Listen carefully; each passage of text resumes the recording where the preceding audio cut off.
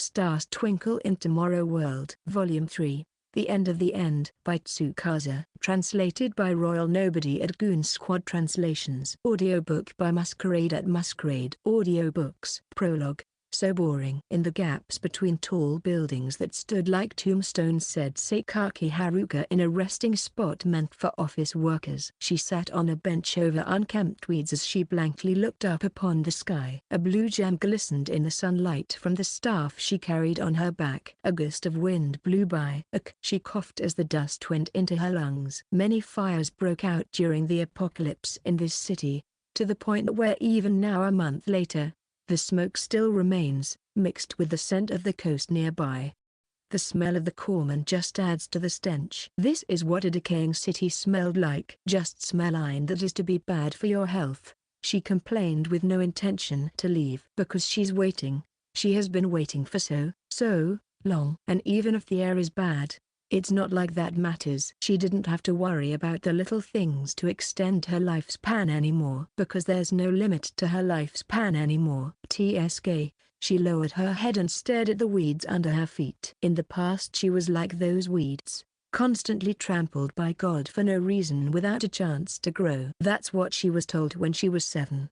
A regular family would probably keep this from their children, but her parents were prim and proper, always valuing freedom and free choice. According to her parents, there was something bad within her head that will take her life when she grows up, and it cannot be removed with surgery, only held back. So do what you want. We'll do our best to help. Her parents said they'll fulfill any of her wishes. That was how they showed their love. But to her, that just meant, oh, so I'm already dead to these two. Though sad, she still said thank you, because she didn't have anything better to say. From then on she began to live life to the fullest. She wasn't hesitant at all to explore new things, and she wanted to see more of the world. Her parents would change jobs and move without hesitation.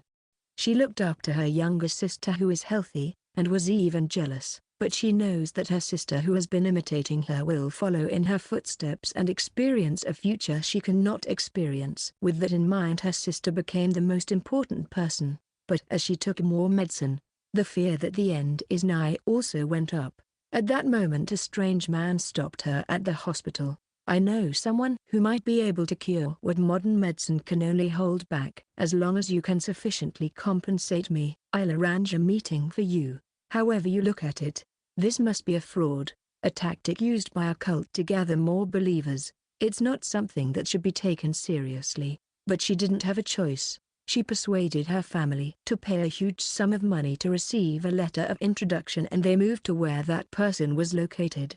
It was a rural town in the mountains. There, she met an actual miracle. She met a mage who can do the impossible. You'll come here, won't you? She raised her head and sighed, full of loneliness. Chapter 1, A Witch's Ordinary Life. So sleepy. I, Yuki Minato, have already slept for so long, and yet my eyes are still incredibly heavy. It's kind of hot. I feel sweat begin to well up because the three of us are squeezed together in one bed.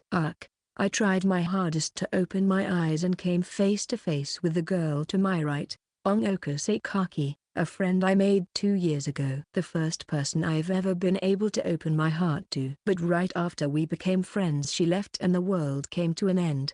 It was only around 2 weeks ago that we were able to meet again. When I was using the staff my father left me to live on normally.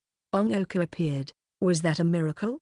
Or was that something her sister planned from the start? My mind flashed to our stay in Kyoto just 2 days ago. I somehow teleported to Kyoto through a magic mirror in the basement into a mage's residence. We only made it back after becoming apprentices to Yomikujo and completed some tasks for her. During that time, I talked to Haruka-san twice. First it was through a beast-headed corpse, and then it was in the dream world. From that I learned of her dedication to my father, and that me and Ongoku's meeting is not a mere coincidence. She also hates me for some reason. Though it seems Haruka-san used Ongoku to lure me out. No matter what, being able to see Ongoku again made me really happy, and she's right here in front of me. It's almost as if it's a dream. Too good to be true. Ongoku, I whispered softly. Her eyelashes twitched, but she's not awake yet, I don't think. It's a beautiful face that I can never get tired of looking at, I thought as her pretty lips hung open as she breathed. My eyes were naturally drawn to those lips. It's a good night kiss. It's common amongst friends, isn't it? I thought back to that night in Kyoto when Ongoka pecked me on the cheek. My face began to burn. It's probably just as she said, that this is normal between friends. I shouldn't think too much about it, but she said it's normal, yet never did it again. Ever since we came back, she never did it again. I'd get nervous every time we go to bed only for her to do nothing at all. While I wasn't looking forward to it, it feels like I'm being toyed. Then again, it's not like it's just us two here. I suddenly remembered the person on my left.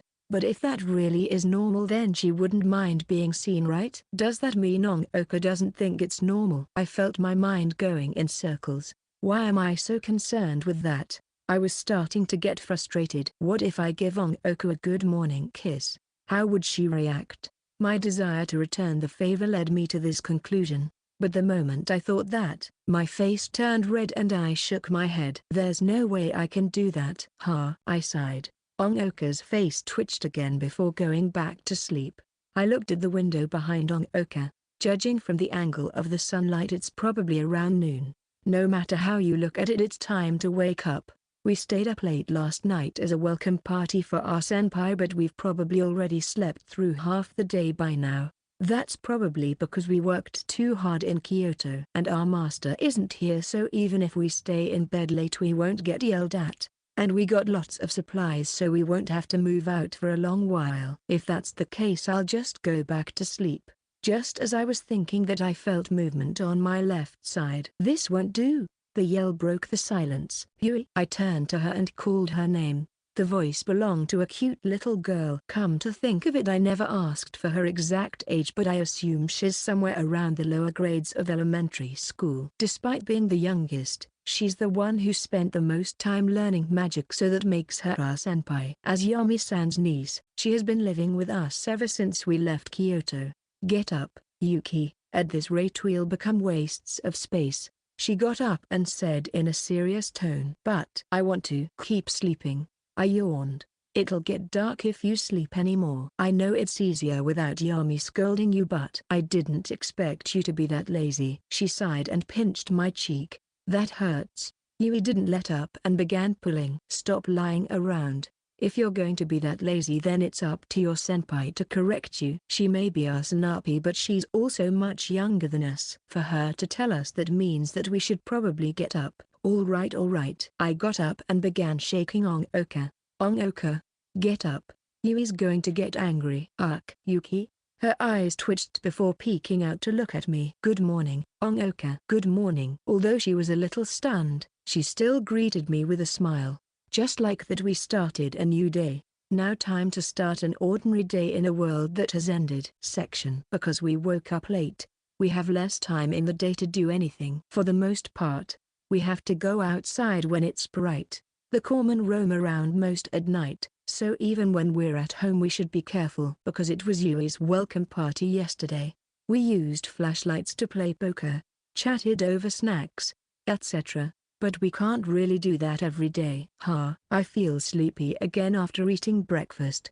Ongoka collapsed on the sofa and sighed after eating the long overdue breakfast. Yeah, now that my stomach's full with a proper breakfast, I feel like I can fall asleep at any moment. I put my hand over my stomach. Before coming to Kyoto, our breakfast was just a few cookies and a drink. But today, we have rice, miso soup, and even sausages. Because I can use magic to boil water, Yami-san gave us a lot of supplies that needed boiled water. To maintain proper nutritional balance, we also drank fruit and vegetable juice. When Yami-san handed this to us, she repeatedly reminded us to drink them every day, probably out of concern for Yui's health. Stop lying around. We have more important things to do when there's still sun out. Yui immediately frowned seeing us like this. Do we? Ongoka played dumb and asked. Did you seriously forget? We promised to read over the info Yami gave us yesterday. Did we? Hearing her ambiguous replies, Yui immediately put her face up to Ongoka's. Yes, we did. Stop messing around. We have to figure out why there's corpsmen everywhere. I came here to save the world. Being scolded by someone so young made Ongoku sigh as she looked at me. Yeah, I get it.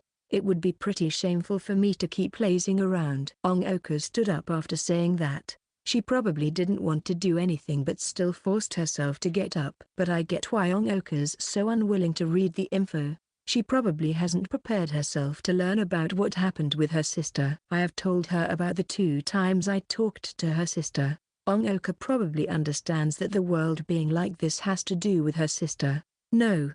It's probably more like she wants me to believe she can accept that. For Ongoku, her sister is the most important person. For that person to be painted as a villain, she likely won't accept it, if not outright refute it. But Ongoku never disagreed with what I said, only hearing it until the very end. That alone is amazing, but she's probably forcing herself. Even if reading over the info will reveal more about Haruko-san, she's still willing to do it. Thank you, Ongoku. All right. Let's see what we can find. I stood up with her. I wish I can support her more though. I held her hand as we went down the basement to where we stored the information. She smiled somewhat shyly before squeezing my hand in return. We went to the storage space next to the hallway and opened the hatch that leads to the basement. Within the hatch was an area I never knew existed up until recently. There was furniture covered with white cloth and an old mirror on the farthest end wall. Looks like we can't go back to Kyoto from here. Yuri placed her hand on the mirror and said somewhat regretfully, "It was through the mirror that we arrived in Kyoto. It seems that you can connect to other pathways by moving the hands of the clock nearby, but Kyoto was the only one that worked. And now even that path was closed. Yeah, unless Yami-san opens the portal it's not coming back. But we have it still set as Kyoto here. So if she wants to she can come anytime." I put my hand on Yuri's shoulder. It's the safest option. If we kept it open, something might get in, Ongoku said before patting the boxes stacked beside the mirror. But if we figure out how to take care of the corpsman from this, we can just go to Kyoto via the road. The boxes contained what we brought back from Kyoto. Though it's mostly food, there was also information that Yami gave us. Yeah, but not if. We will find a solution. She shook her head and grabbed the folder from the box. This should be what Yami gave you when we left, right? Yeah.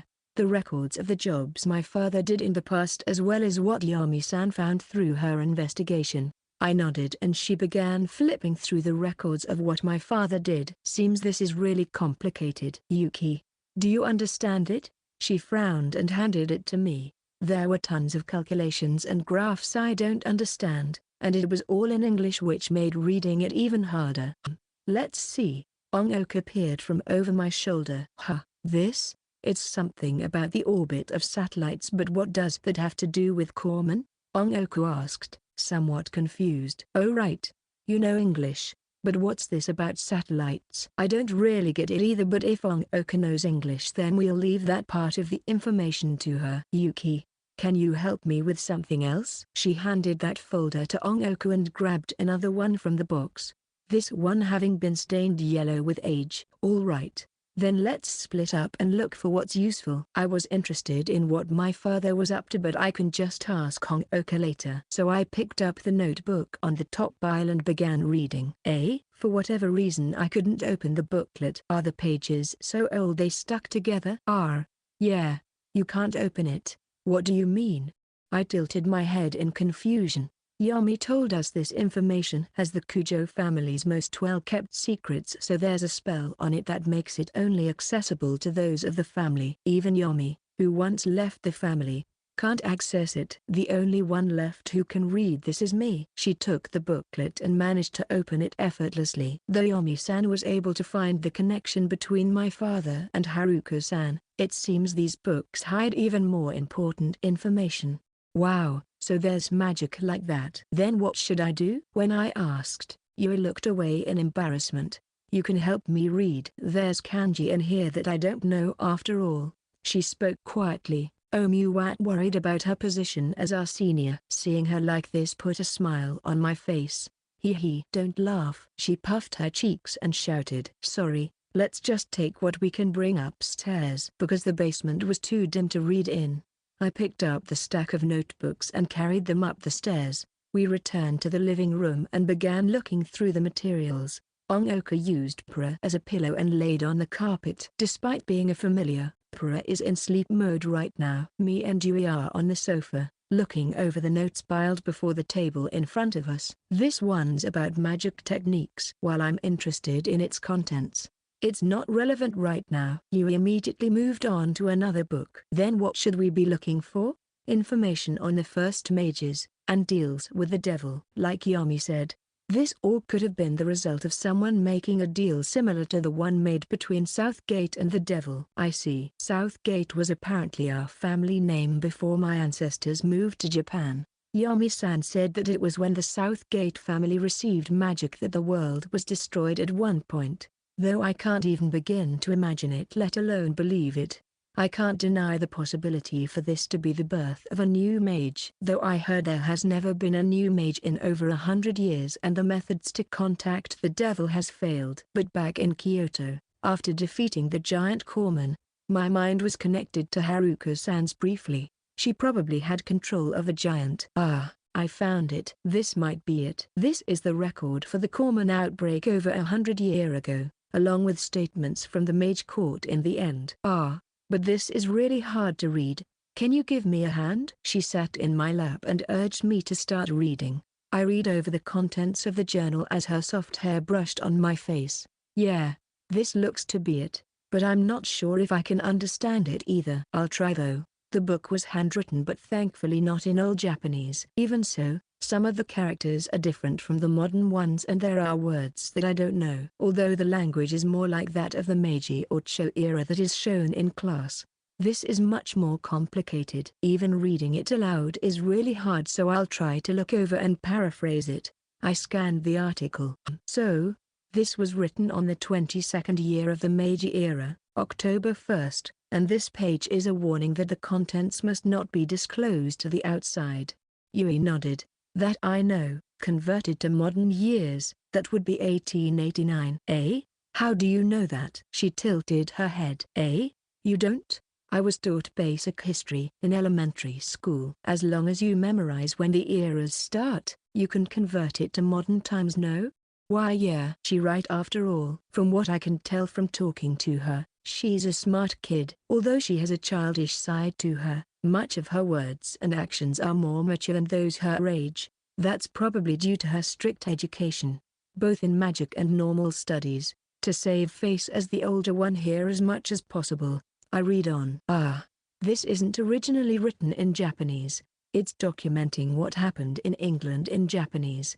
It's December of 1883 where a large number of corpsmen were spotted outside a rural village. The village was later purged with fire after being quarantined. 500 dead, one survived. I was originally planning to raise my voice so Ongoka could hear, but it gradually began to falter. So there really have been cases of corpsmen appearing in the past. It was already dealt with, but seeing them burn the entire village down feels a bit cruel. Then again, rural villages being used as settings for zombie apocalypses are very common. Even if these are legends passed down, it could also just be a pandemic exaggerated. But Yami-san said that some of these stories could be true. Yeah, mages go through stuff like that. Though this is the first time I'm hearing the details. Who is that sole survivor though? She wasn't that surprised by the contents, even curious to know more. I continued reading. The survivor is a man named Stephen Roll, the England Mage Guild suspect. He escaped the purge via magic. After confirming that his bloodline weren't of mages, they questioned whether or not he was a newly born mage, and he revealed he made a deal with a higher being. This feels like the plot to a movie. It's likely to be real, but it just feels so unreal. This definitely had to be kept secret. There is no definitive list of times when humans have contacted the devil. It's likely kept hidden out of guilt. So this man's confession is very valuable, to us especially. She turned to me, somewhat excited. Yeah. Then, let's keep reading.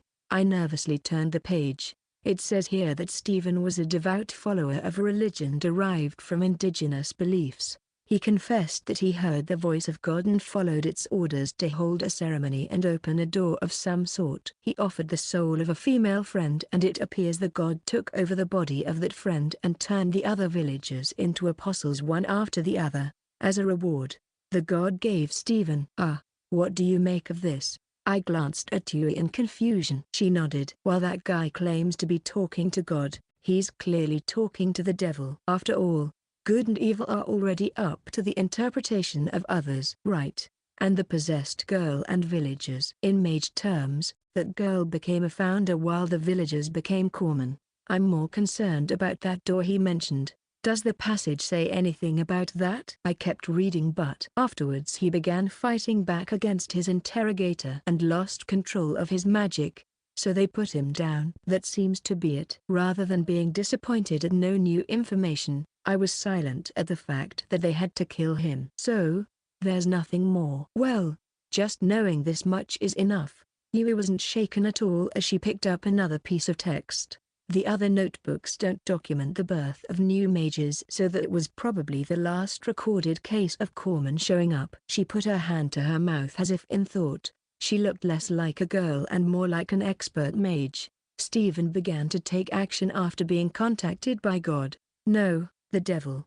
The ritual he described sounds like some sort of deal, where he offered a soul. A soul? What's that supposed to mean though? After all, humans are controlled by their brains. No? You seem doubtful, but you of all people would know. You can feel your own heat when you cast magic, right? While magicians call it mana, it's a part of your body. Something like your soul, so to speak. That's soul. When controlling something, I let my energy flow into it so I can move it like another limb. I guess if I'm sending my soul into that object, it would explain it to some extent. You get tired after using it. So I guess your soul is some sort of energy for a higher being. A soul probably has some sort of value. It's probably why they'd make deals with humans, even lie to them, she said as she stroked her panda doll, Shirokuro. It's in sleep mode as well, but the doll is Yui's familiar. Yomi-san's the one who made it, so does that mean it has a bit of Yomi's soul in it? So our ancestors both sacrificed someone's soul for magic? I couldn't help but feel like my ancestors have committed a grave sin. I don't know if our ancestors dealt with the same devil, but they've definitely done something worse than what we saw. After all, what Southgate did destroyed the world, and the Kujo family probably did something pretty terrible as well. Something worse than killing 500 people. I couldn't even imagine it. That's only because they were able to get that Stephen guy quickly, right? And even with that sacrifice he wasn't able to get that much power. So the more souls you sacrifice, the more power you get? Well, it's only speculation. But usually the more you offer at a deal,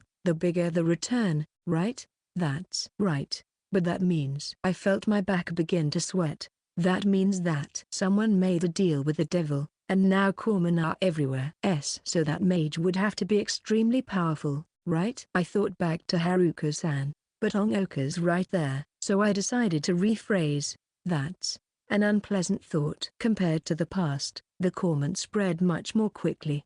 It's not impossible that the entire globe is infected, she said in a stiff tone. The atmosphere became solemn as our conversation ended. Bang! A muffled sound rang across the living room. I looked over to see Ongoka closing her document and looking back at us.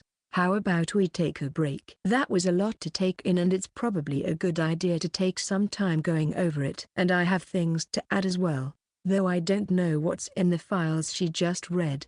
I can tell she's excited. Yeah. Although we weren't reading for that long, I still nodded in agreement and looked at Yuri, asking for her opinion. Geez, if you two are tired, then fine.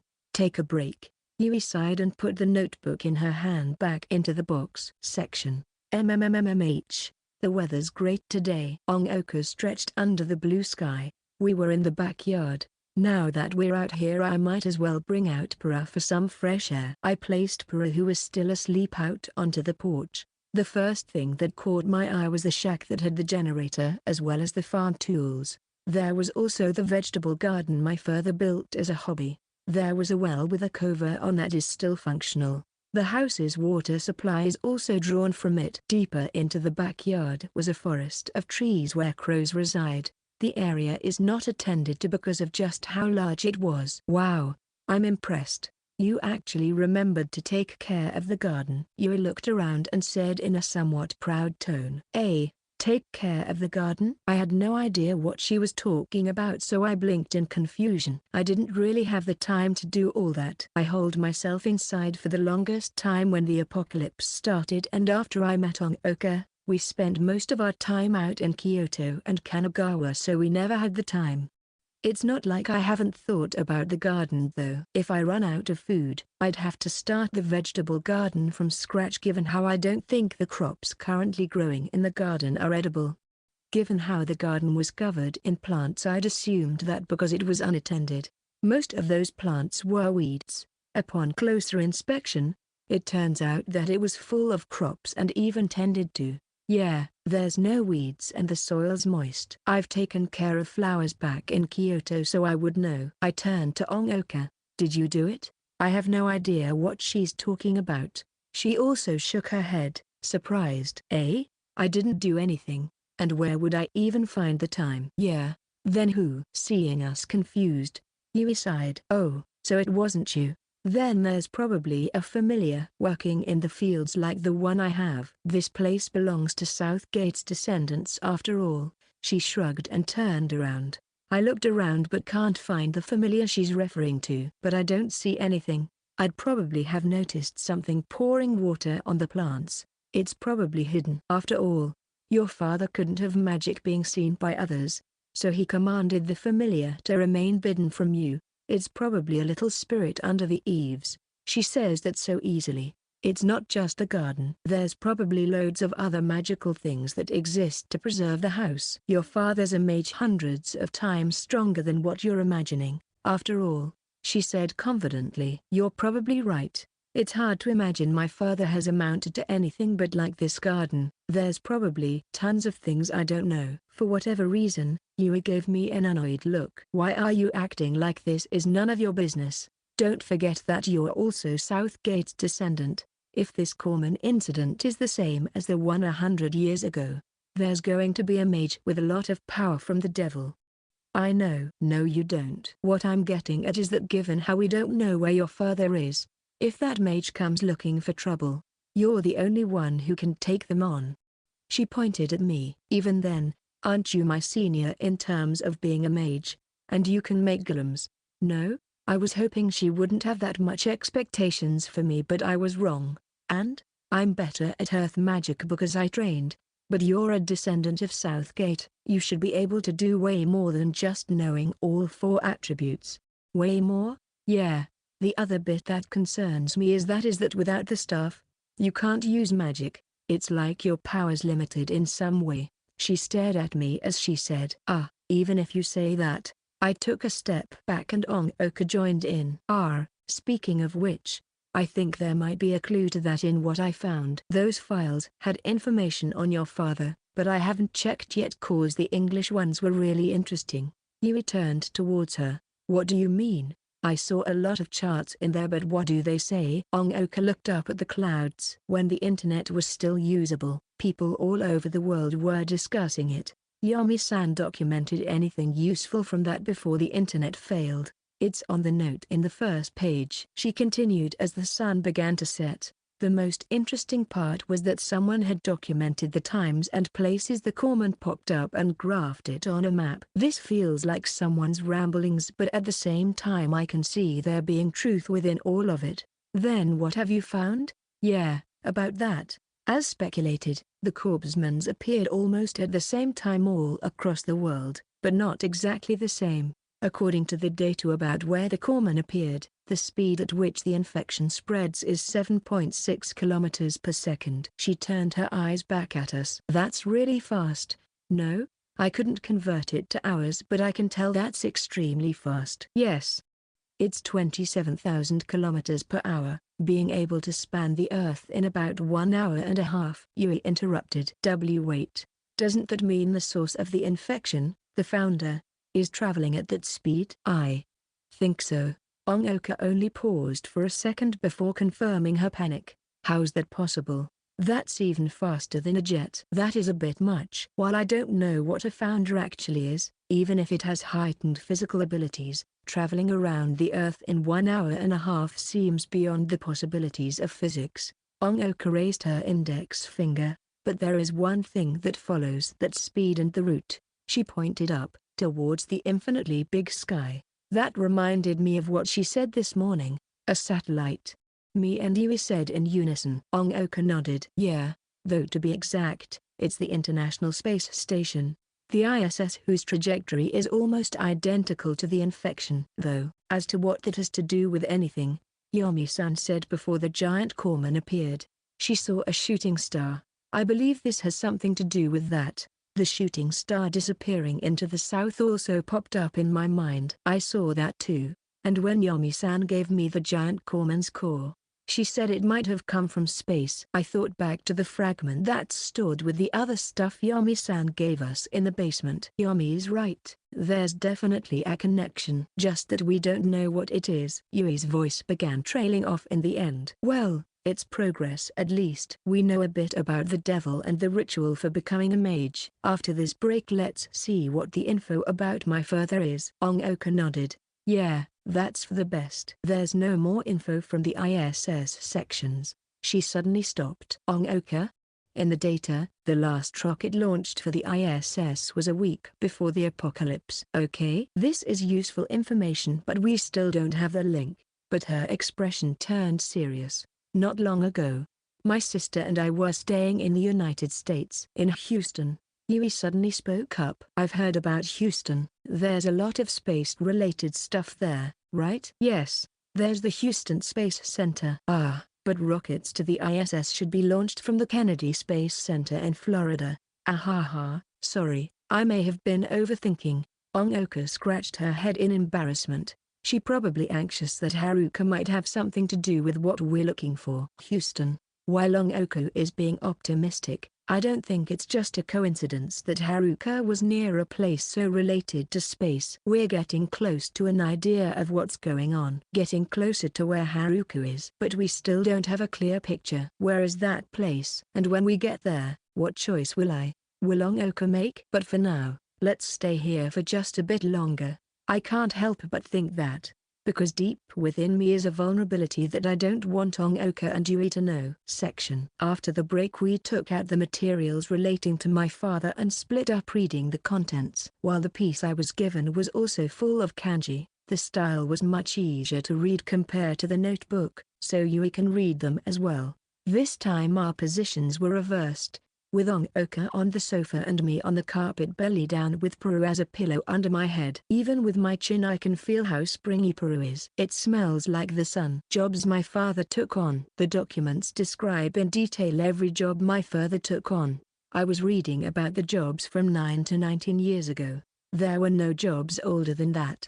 That's before my father got married. I'm 15 right now and I remember hearing that I was born a year after my parents married. The oldest job was to repair the barrier in central Kyoto. That's where you and I delivered the food to the refugees. The barrier there was like a wall of air, stretching even up to the ceiling. Apparently only people from the Kujo family can enter. In the notes it says that maintaining the barrier is the responsibility of the Minato family, and the job was inherited from my grandfather. It is my father's first job. What kind of person was my grandfather? I whispered to myself.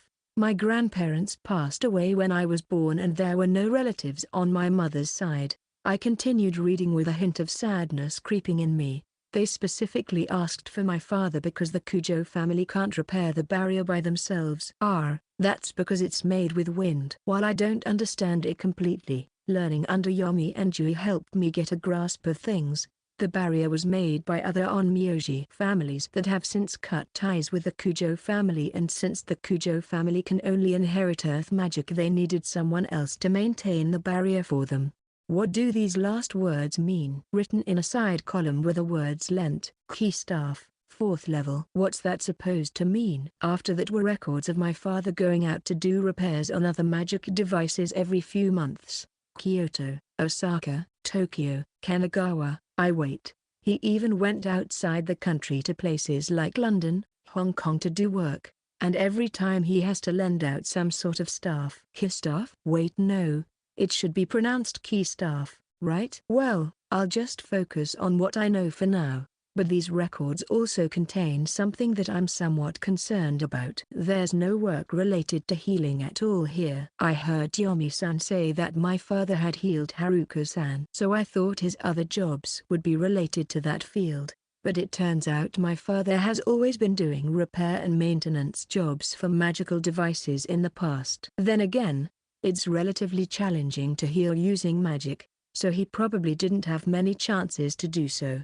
It's said that on a paralyzed target, one can practice healing, not possible with modern medicine, but that would require knowledge on how to perform surgeries, which is why Yomi-san warned me not to do it. I kept reading and found that all that changes is his work environment, not what he actually does. The places he went to are likely also families of mages similar to the Kyujos, but given how the Kyujos are now, it's hard to see any of them making it out of this situation. Not to mention trying to look for them would provide its own challenge. As the sun begins to dye the sky red, I was almost finished reading the contents I've been assigned before noticing a certain record. Magical treatment for fatally ill patients. Lent, key staff, 5th level. Found it. It seems the first time my father used magic to treat people was 9 years ago. But why then? I tried to remember anything important that was happening around that time. And then it hit me.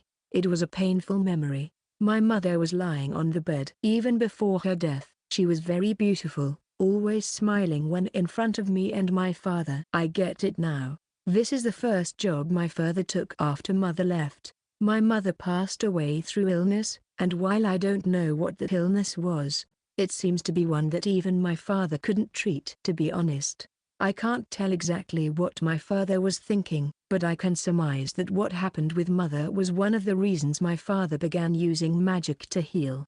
And with that, I'm done the material I was responsible for. I piled up the material and sat up. My neck was sore from lying in an incredibly awkward posture. Yuki, you're done reading as well? I turned to see Ongoka on the sofa with Yuri tidying up the information they have. It's not much, but I think I'm starting to understand my father a bit. Ongoka smiled. I see. That's nice. Yeah, I guess. Your father has healed a lot of people, according to my side of the records.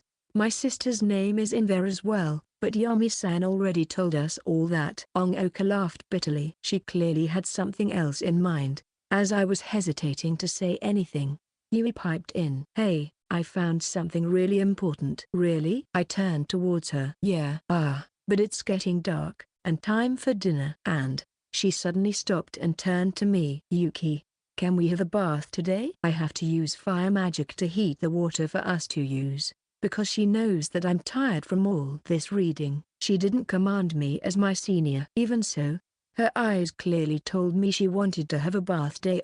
Well, my body's quite stiff from all that reading, so let's have a bath. Yay! Yui jumped in excitement. Ongoka also came up with a suggestion. If we're taking a bath, want to share what we found then? Sure. Having a meeting while bathing sounds like fun. Although Yui immediately agreed, I was kind of at a loss. Wait, does that mean Ongoka will be taking one with me? Of course. Yesterday I was the only one who didn't join in when you two were bathing, so today I'm definitely not going to miss out. Ongoka glared at me. I can't do that. Why not? That's because I was going to say I'd get embarrassed, but seeing how that might indicate I've been looking at Ongoka weird, I decided to stay quiet. If there's no reason, then let's do it. Ongoka, why are you so persistent about this? Seeing as to how I was being pulled along, I had to fight back somehow. That made Ongoka embarrassed and her eyes began to flicker. Because it doesn't feel right. How so? Like, I don't know how to put it, but it feels lonely. It's like she set aside everything and shouted. Hearing her give such a direct answer, I can't really come up with a rebuttal. I feel weird. It's cute how she's acting so childish, completely unlike her usual act. Any more questions? If not, let's all take a bath together. Yui tugged on my sleeve. Things have evolved to the point where I can't even shake my head. I'm not used to seeing others naked. Come to think of it, I've basically never seen anyone naked. Even when we're changing for swimming, Everyone would have a towel around them. No one would strip completely naked when changing. And given how I didn't really belong in that class, I would always change clothes and get out as soon as possible so I wouldn't see anyone changing. And I didn't have a phone, so it's not like I could look it up online. It took me a lot of courage just to take a bath with Yui in Kyoto. Yui was still a kid, so I didn't have to think about it. But it always felt wrong to just look at someone who's completely naked. With that in mind, I definitely can't face Ongoka naked, nor can I be naked in front of her. If that were to happen, I'd likely die of embarrassment. So, do I have to wear this? Ongoka frowned in the changing room. I wore a serious expression and said, "You must. If not, I'm not coming into the bath with you." I pointed at the swimsuit in her hands, determined not to back down. HNG, aren't you already wearing one? If you just don't want to be seen naked, then why do I have to wear one? I get embarrassed looking at others naked as well, I said in as stern a tone as I can muster. Seeing how I'm acting, Ongoka gave up and sighed. Fine, but just this once. Why are you saying that as if you're the one caving in? I puffed my cheeks. Hey, are you two still not done yet? Yui called us from the bathroom. She was one step ahead of us and was already in there. Give us a second. We're changing.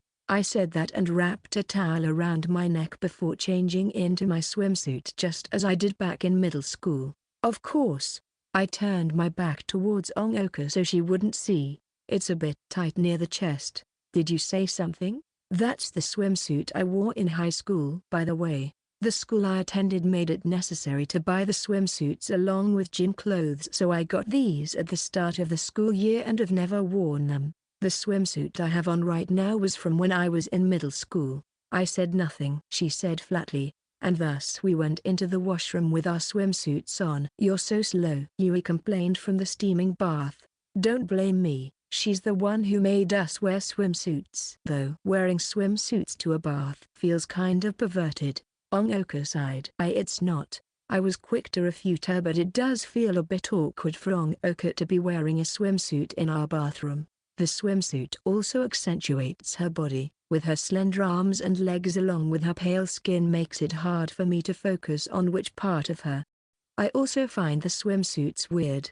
Yui, the only one naked in the room, echoed Ongoka's complaint with childlike honesty. HNG. If it's weird, so be it. At least I'm not dying of embarrassment. I gave up arguing and washed my body with cold water before entering the bath. It's fine, you'll get used to it.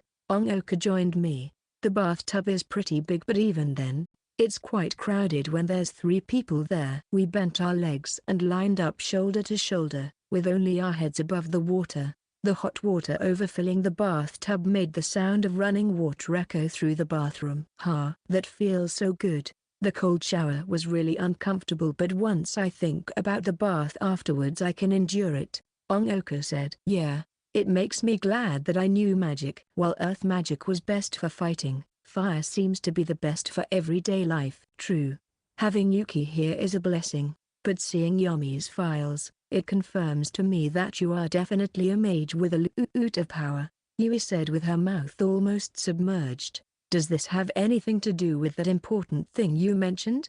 Ongoku asked while pulling on the swimsuit straps that seem a bit too tight for her. Yeah, and I get why Yuki must have a staff on her now.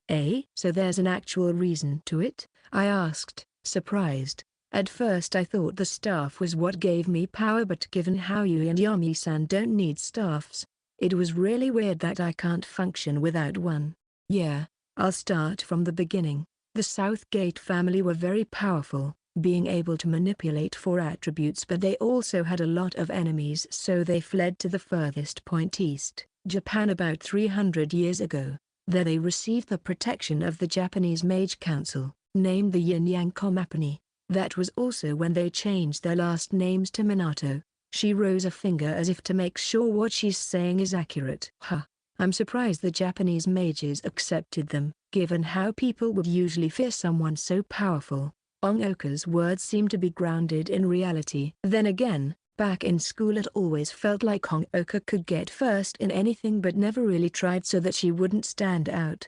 In the end she threw all of it away to save me. That's probably because she learned that those who stand out are the first to be targeted and decided to avoid it. That's because they sealed away their power using the attribute the Southgate family doesn't have access to. Sealed.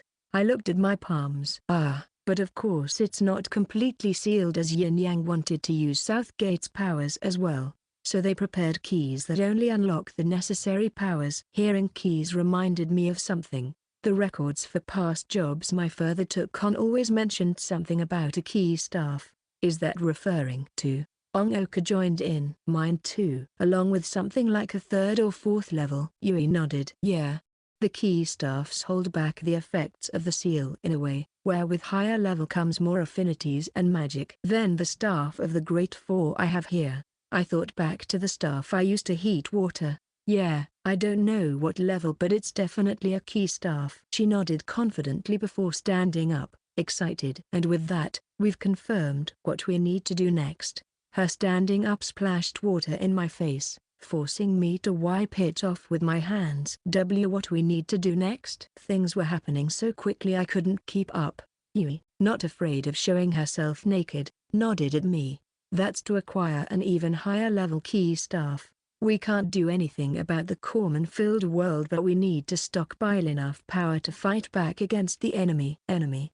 I get what she's saying, but the most likely suspect for that enemy is... I glanced at Ongoka. She wasn't shaken. She simply smiled awkwardly when her eyes met mine. Yui seems to have sensed something not right and coughed lightly. Well, rather than enemy, I mean the culprit behind the deal with the devil. Given how we have reasonable evidence to conclude they are a very strong mage, we must make sure Yuki is in top condition. To ease up the awkward atmosphere, waved her hand with a bitter smile. You don't have to worry about me. I've braced myself. Besides that, where are we even going to find another key staff? I turned to Yui, curious about where as well. That's obvious. The data said it. No?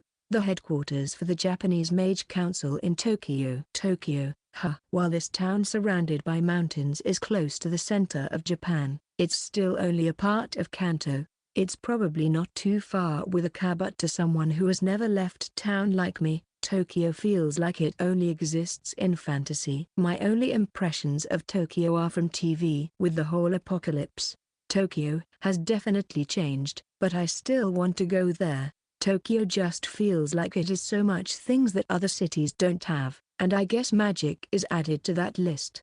It seems obvious to put the most important national facilities in Tokyo, but that would mean... So, Yuki, Ongoka, let's go to Tokyo. Yui raised a fist, full of energy. This was the day after we came back from Kyoto. I haven't prepared myself mentally to go on another trip so soon. Chapter 2, Family Trip. VRRRM. The sound of an engine roared from afar. Given how the only sounds that go on in these streets is the sound of birds chirping and leaves rustling, the engine was very noticeable. So she did find a car, and she knows how to drive it. I didn't doubt her, but I didn't think she'd be able to do so quickly. I sighed from the entrance of my home and pushed open the slightly rusty gate. I didn't exit immediately, instead peeking out to check my surroundings. Pura shouted enthusiastically as it followed me with short clumsy steps. It would be louder if it was trying to warn me, so I guess that means it's safe to go out. And it was right. There were no corpsmen outside. Given how the sun is shining quite brightly right now, there shouldn't be any danger. The sound of the engine was getting closer. It wasn't long before the car came into view. It was a white van, their spoils of war. I thought back to our conversation in the bathroom. Where exactly is the headquarters for the Japanese Mage Council? Ongoku asked. It's at Edo Castle, under the Kitanomaru Park? That's near the Dokkan, isn't it? I've never lived in Tokyo, but I've been there for a concert. But that means it's right in the middle of Tokyo. We'll need to prepare a means of transport, Ongoka said, shocked. She paused before speaking again. The motorcycle can't take 3 people. Let's split up and find a car tomorrow. Why, you know how to drive? At a loss from this new development, I asked Ongoka. Yami-san taught me a bit because she thought it might come to play later.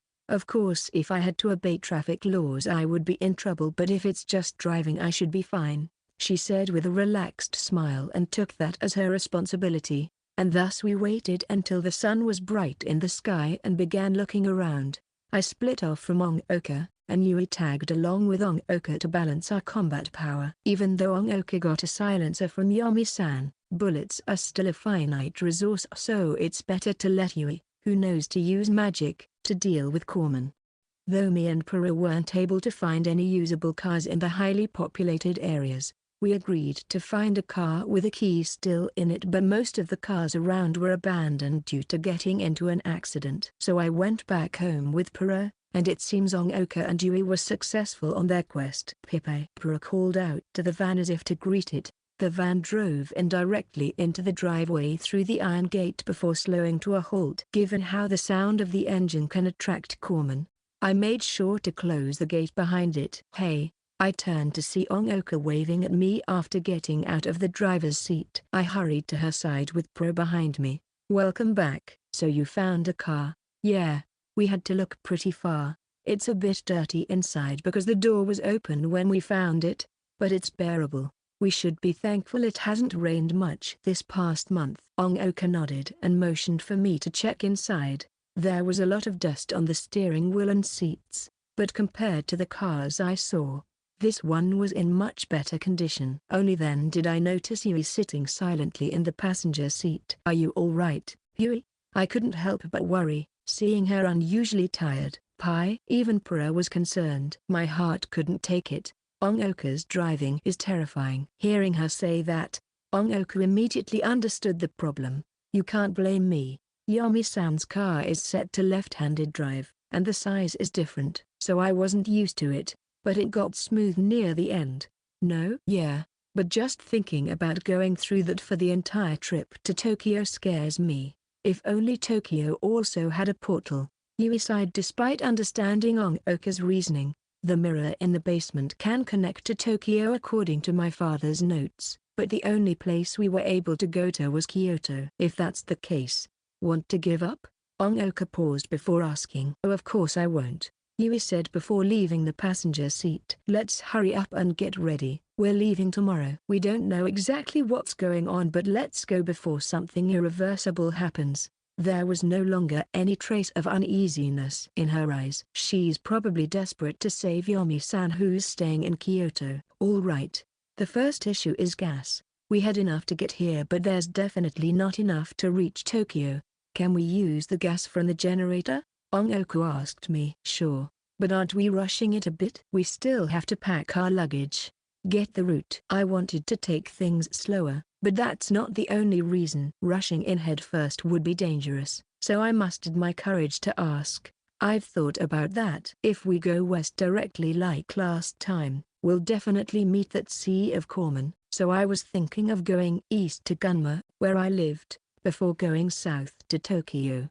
Ongoka replied without hesitation. She feels really reliable when she's like this, like I can leave everything to her, but I have to be more persistent because there's no second chance. If we end up surrounded by Corman, it'll be a war of attrition where we're bound to lose. But you came here by avoiding the paths with Corman, right?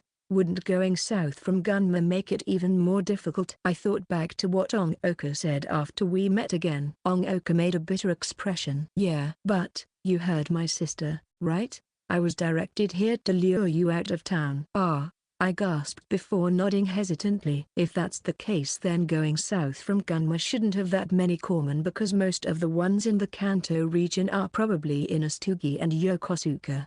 I thought back to the massive pile of Corman moving towards Yokosuka. We risked our lives to try to distract them when we learned the Yokosuka residents escaped by sea, but all we could do was bite time. Right now the Corman should still be gathering at Yokosuka. Even if the civilians have finished evacuating, given the speed of the Corman would still be in Yokosuka. I get what you're saying, but that would mean you believe what I said about that, right? I can only imagine how much pain Ongoka was in over that, so I'm worried she's just going along with it to be stubborn. I've believed you from the start, even if I reacted badly in Kyoto. But I just wasn't ready to accept it. Given how it's time to take action, I'll have to trust those who I can trust. Hearing her say who I can trust made me happy. Ongoka's being a bit stubborn, but I think she's already prepared her heart for what's to come. If Ongoka, the most conflicted, is going to go, then I have to do my best. I can't stand still and do nothing. I have to be by her side. All right. Then I want to confirm something. What? Ongoka tilted her head and asked. We're probably not just going to get a new staff. If we leave town, we'll likely see Haruko-san again.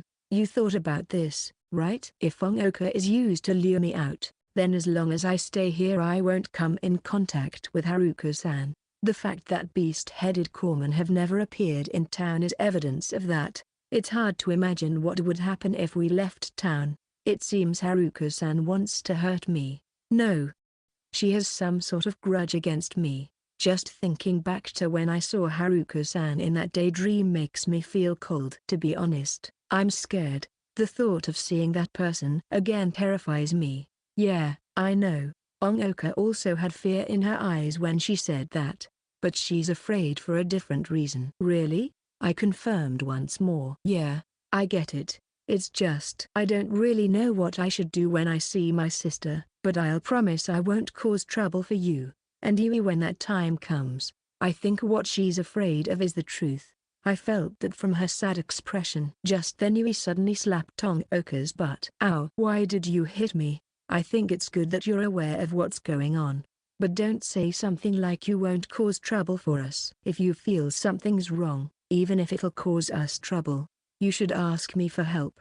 Don't forget I'm your senpai, she said to the surprised Ongoka. Yes mom. She looked at Yuri with a complicated expression. You can also ask me for help. I'm your friend, after all. It feels like it took me a lot of courage to say that. Pipe. Pura shouted from my feet, as if to say it'll help as well. Okay. Seeing me and Pura, Ongoka finally gave a cheerful smile. Section VRRRRRRM. The cold air this morning is mixed with the smell of exhaust. The van drove out of the front gates at walking speed. I followed it out and knocked on the front gates with my staff. I don't really know how it works, but if I just knock on it like this, the gates will lock and close. The gates closed now. Hearing that, Ongoka stuck her head out of the driver's seat window and replied, Then get on. We have to go before the corpsmen come. All right. I walked to the front passenger side, opened the door and got in. I picked up Pro, who was in the seat, and put on my seatbelt. Even though the staff was kind of a pain to carry, I still held it between my arms and clamped it between my legs in case of emergencies. Yuri raised her panda familiar from the back and shouted, Everything's ready. Let's go, Ongoka. On it. Just pray we don't get into an accident. Ongoka nodded and stepped on the accelerator. The engine roared louder and the car sped down the ramp in front of the house. Yuki, help me navigate out of town. I want to avoid as many corpsmen as possible. All right. The rapid acceleration made me hold my breath unconsciously, but after taking a deep breath I began to focus on the outside scenery. I often take this route, and because I often have to expand my search area to search for supplies, I know what routes to avoid. It's early in the morning, so there should be plenty of corpsmen out. We didn't wait until noon so that we can get to Tokyo as soon as possible. We don't know what the roads will be like. We're going early to save time. There's a road by the river that we could take if we're going by foot, but that road's narrow, so turn left onto the main road. There should be some corpsmen, but we can get past them at this speed. Left turn, right? After nodding, Ongoka turned the corner without slowing. I felt the seat belt dig into my shoulders due to the centrifugal force. It's still terrifying. I heard Yuri complain. I'm doing this on purpose. We don't know where the corpsmen will come from, so I'm trying my best not to slow down, Ongoka said as she sped up even more. It's because there's no one else on the road that we're able to go like this. If there were, we'd be in an accident in no time. Ahaha. It's like a racing game. Ongoka laughed as we sped past abandoned vehicles. Wait, you're enjoying this? Ongoka ignored Yuri and turned left onto the main road. As the road came into view there were many figures, but given how we're the only humans left in town, these were all corpsmen. Pui, Pura, who was sitting on my lap, suddenly opened its eyes and let out a high-pitched cry that's different from usual. 3 corpsmen on the left lane. We finally have an encounter. Do I fight them? Yuri asked from the backseat. No need, we can just go through the right lane, just be ready, Ongoka said and drove the car into the right lane. This would be going against the flow of traffic but there's no one keeping track. All right, I'm ready to fire at any time. Here, you can have one too.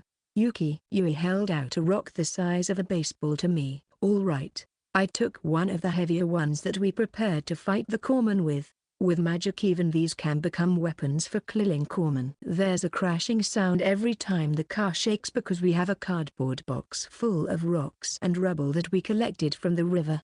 With these we can hit corpsmen from inside the car. All right. We made it through. Ongoka let out a sigh of relief. Now's too early to let your guard down. There's a park over there. Stay focused until we make it past that. The park, where I met you. There was a lot of corpsmen there. Ongoka sounded kind of nostalgic there. Hearing her like that made it feel as if that happened a very long time ago. That time when I heard gunshots and went to check it out to find a high school girl fighting the corpsmen. Pui, Pura warned us. As we approached the park, we could see several corpsmen wandering. They probably gathered after hearing the sound of the engine. There's quite a lot. Let's clear the way.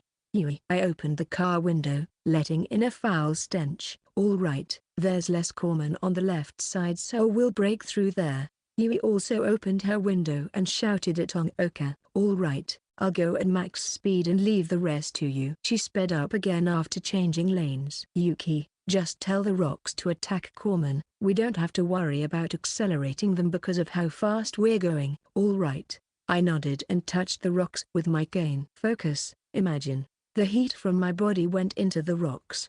My senses expanded and I could feel the rock as if it was a part of my body. Target is the corpsman blocking our path. Aim for the head. I gave it more detailed commands than usual and held the rock outside the car window. Go. The rock flew straight at the corpsman as if it came to life. We shot 2 rocks in total and that was all we needed for the 5 to 6 corpsmen. The one I shot pierced 2 heads in one blow. Red and black blood splattered as the corpsman was also knocked aside due to the impact. Yui's rock that came in later took care of the rest, creating a clear gap in the road. We're going through. Ongoka shouted with a tight grip over the steering wheel. The car shook violently as it drove over the corpsman lying on the ground, but Ongoka did not let up the accelerator and went in full speed. When we made it past the group, corpsmen dwelling in the neighboring cars suddenly reached their arms out at us. Wow! I quickly closed my window, but the smell is still there. The corpsmen we left behind could only look on with the dark sockets where their eyes had rotted away. Phew! Thankfully nothing bad happened. Yui closed her window as well and hugged her panda while leaning on the back seats. Yeah, there shouldn't be a lot of corpsmen after this. I let out a sigh of relief as I finished guiding Ongoka. Good work you two. There's still some corpsmen on the road but we can get past with how wide the road is now. Ongoka spoke as she drove past. There were some abandoned cars on the road but they didn't block traffic. Crash. Suddenly a noise of something falling onto the roof of the car almost made my heart jump out of its chest. Huh? Did a corpsman jump onto the roof? Yuri chuckled. Don't worry. I just told my rock to get back on the roof of the car so that I can use it again later. I see. My rock's probably long gone. I responded in admiration. This is probably a difference in experience. We still have a lot, so don't worry. I just don't really know what counts as us leaving town so I'm being cautious, and we might have another encounter the moment we leave town. Ongoka piped in. Yeah, that's true. That made me, who was already slumped down, quickly look out the window. I was the one who thought that Haruka-san would start taking action the moment we left town. The town borders are really vague, but this is the mountains, so we'll be in another town when we get out, Ongoka said with her eyes on the road. As the car approached the mountains, the number of buildings decreased and the fields increased. I've never been here before, even though I grew up in this town. Ongoka, if you can't find the way, let me use your phone and I'll try to help. I'm mainly asking because I don't know where we are anymore. The phone that was charged by my generator also had an offline map stored in it so we can find where we are using the GPS. Thanks, but that's fine. I memorized the route and we need to save battery. Ongoka looked at the sign ahead. It's faster if we go straight ahead, but there's a tunnel that's definitely filled with corpsmen, so let's take a detour. Ongoka steered towards the left as we crossed a bridge over the river. Up ahead was a winding road along a valley. Yeah, we can't approach tunnels at all. The other route to Tokyo was also cancelled because of that. I never had a chance to leave town, so this was all news to me. I didn't even know this road was there until Ongoka planned the route. The only way to avoid using this tunnel would be to take the road to Kanagawa or the route we're taking now. Because this is the only path, there might be ambushes, so be careful. My rock will automatically go after it though, Yui said in a tense tone. Got it. Though I hope it never comes to that. Ongoka replied as if she was praying. We didn't talk for a while after that, me and Yui keeping a watchful eye on the road, alert for any changes. Even if we've completely entered the mountains, the trees could be hiding something, so we remained tense. We went on like that for an hour until we saw towns up ahead that finally made me loosen up. So far, no beast-headed corpsmen have attacked us. Yeah. Thank goodness. Ongoka nodded in agreement with a relieved look. She's probably thankful that Haruka-san didn't show up as an enemy. We may not be watched, but we still need to be careful of what may come. Even though Yui warns us, she herself is also exhausted. Let's have lunch once we're safe. Hearing my suggestion, Yui leaned forward. Good idea. We still have the lunch we prepared. Thanks to her excitement, the atmosphere in the car became much lighter. You're making me hungry. Ongoka approved with a smile. It was sunny today, with only a few clouds in the sky. Deep down, I hope we can continue our trip like this. Section. On the mountain road leading to the next town, we parked the car on a slope with a wide view and had lunch. We don't have to worry about being attacked this way. And Pura's sitting on the dashboard with a face that reads leaving lookout duty to me, so we'll be fine. Today's rice balls taste much better than yesterday's. I must be hungrier than I thought. Yui ate the rice balls with a big smile on her face. Yeah, we only used magic at the start, but staying on guard was exhausting. You okay, Ongoka? Ongoka took a drink of water from her bottle and smiled. I'm not tired at all. I was nervous because I don't know what would happen, but driving a car's easier than a motorcycle. After all, if something happens, the car won't just immediately become useless. Fair enough. The car itself is a layer of protection. That would mean we were taking quite the risk back then. I smiled bitterly as I recalled us fighting corpsmen on that motorcycle. Ahaha. It was pretty fun back then. I wasn't scared because I had you with me, and now with you I'm even less scared. Ongoka glanced at Yui. Hee, then leave it to me, your senpai. But hearing you say that, I've come to realize why I'm so hungry. I'm no longer the one being protected but the one who must protect my juniors. Yui's tone suddenly turned serious. Don't push yourself though. We know you're strong, but we'll protect you as well. We promised Yomi-san after all. Her reaction had me worried for a bit. I know, but I only just now realized Yomi isn't with us. To think it would change things by this much. I came here to save Yomi, and to save the world, so I have to cheer up. Saying that, Yui took a bite worth 1/3 of the rice balls. Save the world, huh? That's pretty cool, Ongoka said with a smile. Mile per hour, are you laughing at me? Yui swallowed and glared at Ongoka. No. I'm impressed. I wish I was as cool as you and Yuki, Ongoka said with a serious expression before looking away awkwardly. I didn't do anything that cool though. I don't know why I'm being complimented, so I asked. Let alone saving the world. I'm afraid of the situation progressing at all. I can barely keep up with these two and I'm ashamed of my own cowardice. That's not true. You're plenty cool. How so? Your outlook on life? Though if I had to be honest, everything about you. You're just saying that. I sighed, feeling that I was being treated so casually. I'm being serious. Though my reaction made Ongoka a bit nervous. Then Yui spoke. I don't really get what you mean, but it's really easy to look cool. All you have to do is declare a big goal and then do it. Like saying you'll be the president or an astronaut in the future. So, Ongoka, Why don't you just say you'll save the world? That way when you do it it'll look really cool. Ahaha, that might be so. But I still need to prepare myself. So give me some time to think. She agreed with Yui's sentiment but did take her up on the offer. You're hopeless. I am scared, okay? Even if she sidestepped the topic so casually, there's still a shadow over her expression. Yui probably can't see it. It's something only I who's always watching Ongoka would notice. Oh, I just thought of something. Ongoka changed the subject. What is it? I asked. Speaking of astronauts, it's not a big deal, but I mentioned how my sister and I went to Houston before, right? Yeah. The International Space Station was on the same path as the spread of the infection, and Ongoka suspected that her stay in Houston had something to do with this. At the time my sister was really close to a man. I don't know if it's nice to say this but she didn't seem to take any interest in the guy. The guy was just talking one-sidedly to her. So I didn't really think much of it. But then I saw that guy near our house. Ongoka hesitated. And then what? You usually don't drag things out like this, Yui asked impatiently. Sorry, it just felt like what I was saying has nothing to do with what's at hand. But I'll continue. I went and talked to the guy and he proudly told me that he was actually an astronaut. An astronaut? Ongoka quickly held her hands forward. Wait.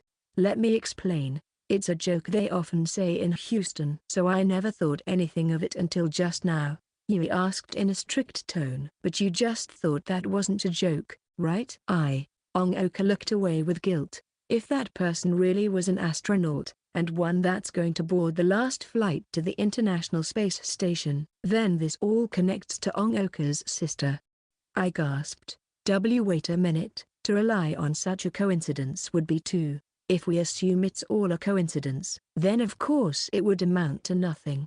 But if Ongoka's sister deliberately talked to that guy, then that's definitely not a coincidence. That's true, but we have no way of knowing if that guy's an actual astronaut. Yeah, we have no proof. We just have this very slim piece of evidence. Yui shrugged. Ongoka, who's been quiet this whole time, suddenly opened up. I'm the one who brought it up, but I'm not really sure how to look at it. Even if there's a connection, I don't really understand how the world would turn out like this. Yui licked rice off her fingers and thought, yeah, the method's the most important part to this. The only thing I can think of is that it is something to do with a ritual. Yui took out the Kujo family notebook she had me read during the investigation. Ah, you brought that? Yui nodded. Yeah, I also brought Yomi's files because I thought I might find something if I looked it over more. She began flipping through the notebook. Seeing Yui looking through the notebook, Ongoka put her water bottle in the bottle holder between the seats and took up the steering wheels again.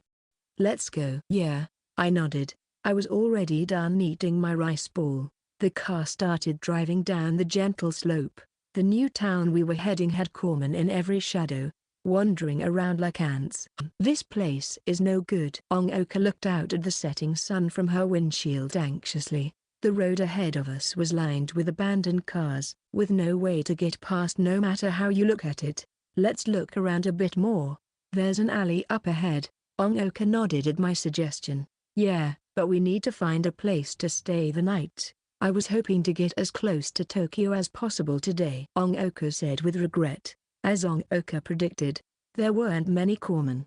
We were able to outrun them before we're surrounded. But the real obstacle are the countless abandoned cars blocking the road, forcing us to take many detours. Just then, I heard the closing of a book in the back seats. We have a limited amount of food and battery life on your phone, so we can't spend too much time. But we also prepared enough for us to be more flexible, so it's not a problem right now.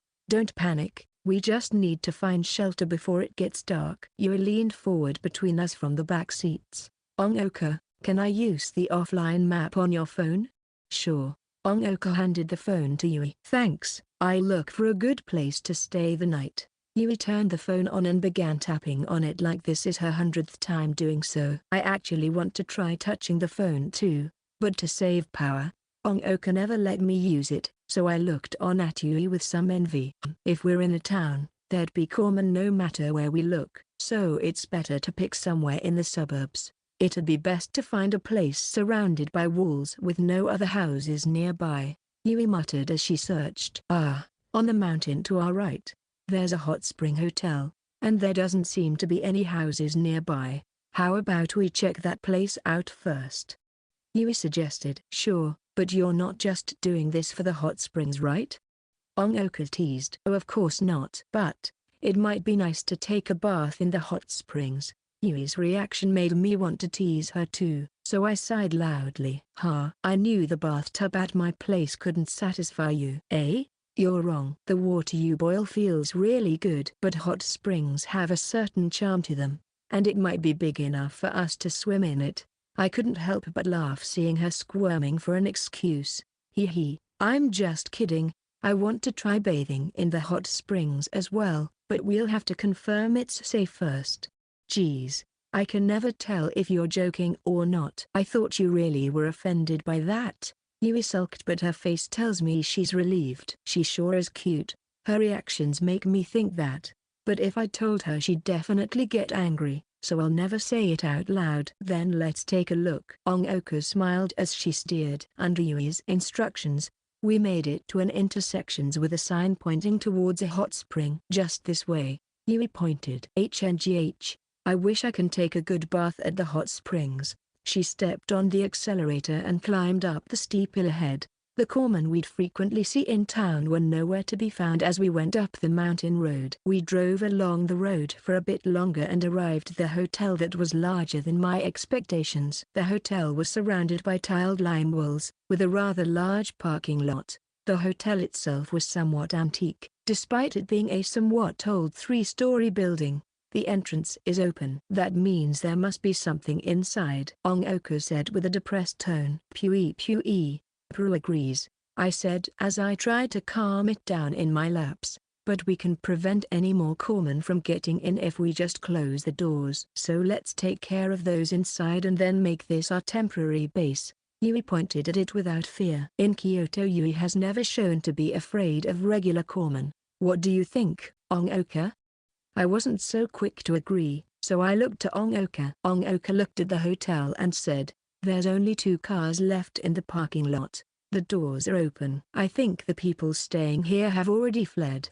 The corpsmen probably chased them out, so there probably isn't a lot of corpsmen left in there. We can deal with them, probably. Even after saying that, she was still somewhat hesitant. You look a bit worried. Ongoka was surprised to hear me say that. You can tell? It's just, it feels unnatural. This place is really far from town, so it should act as refuge, right? Yet it looks like no one tried that.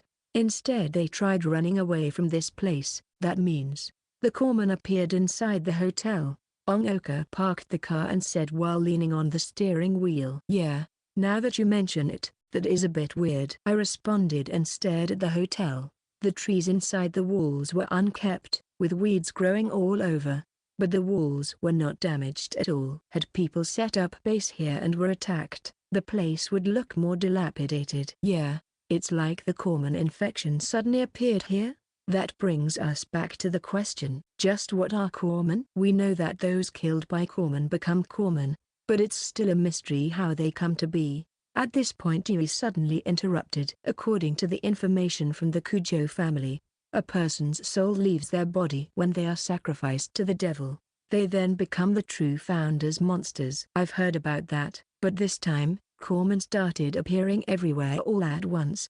No matter how hard the true founder works at spreading it, it can't reach that far, right? It might be possible if there were several of them, though. Ongoka's words sent a chill down Yui. Multiple true founders? That's impossible. No. But if that really is the case, as Yui was about to get lost in her thoughts, I noticed something off. Yui, Ongoka, let's worry about this later. There's a corpsman. I pointed at the hotel. A corpsman staggered out from the entrance. He was wearing a yukata that was likely originally meant for guests. Let's go out and fight it. Yui immediately gave us orders as our senpai and opened the car door with her panda in hand. Okay. I grabbed my staff and got out of the car.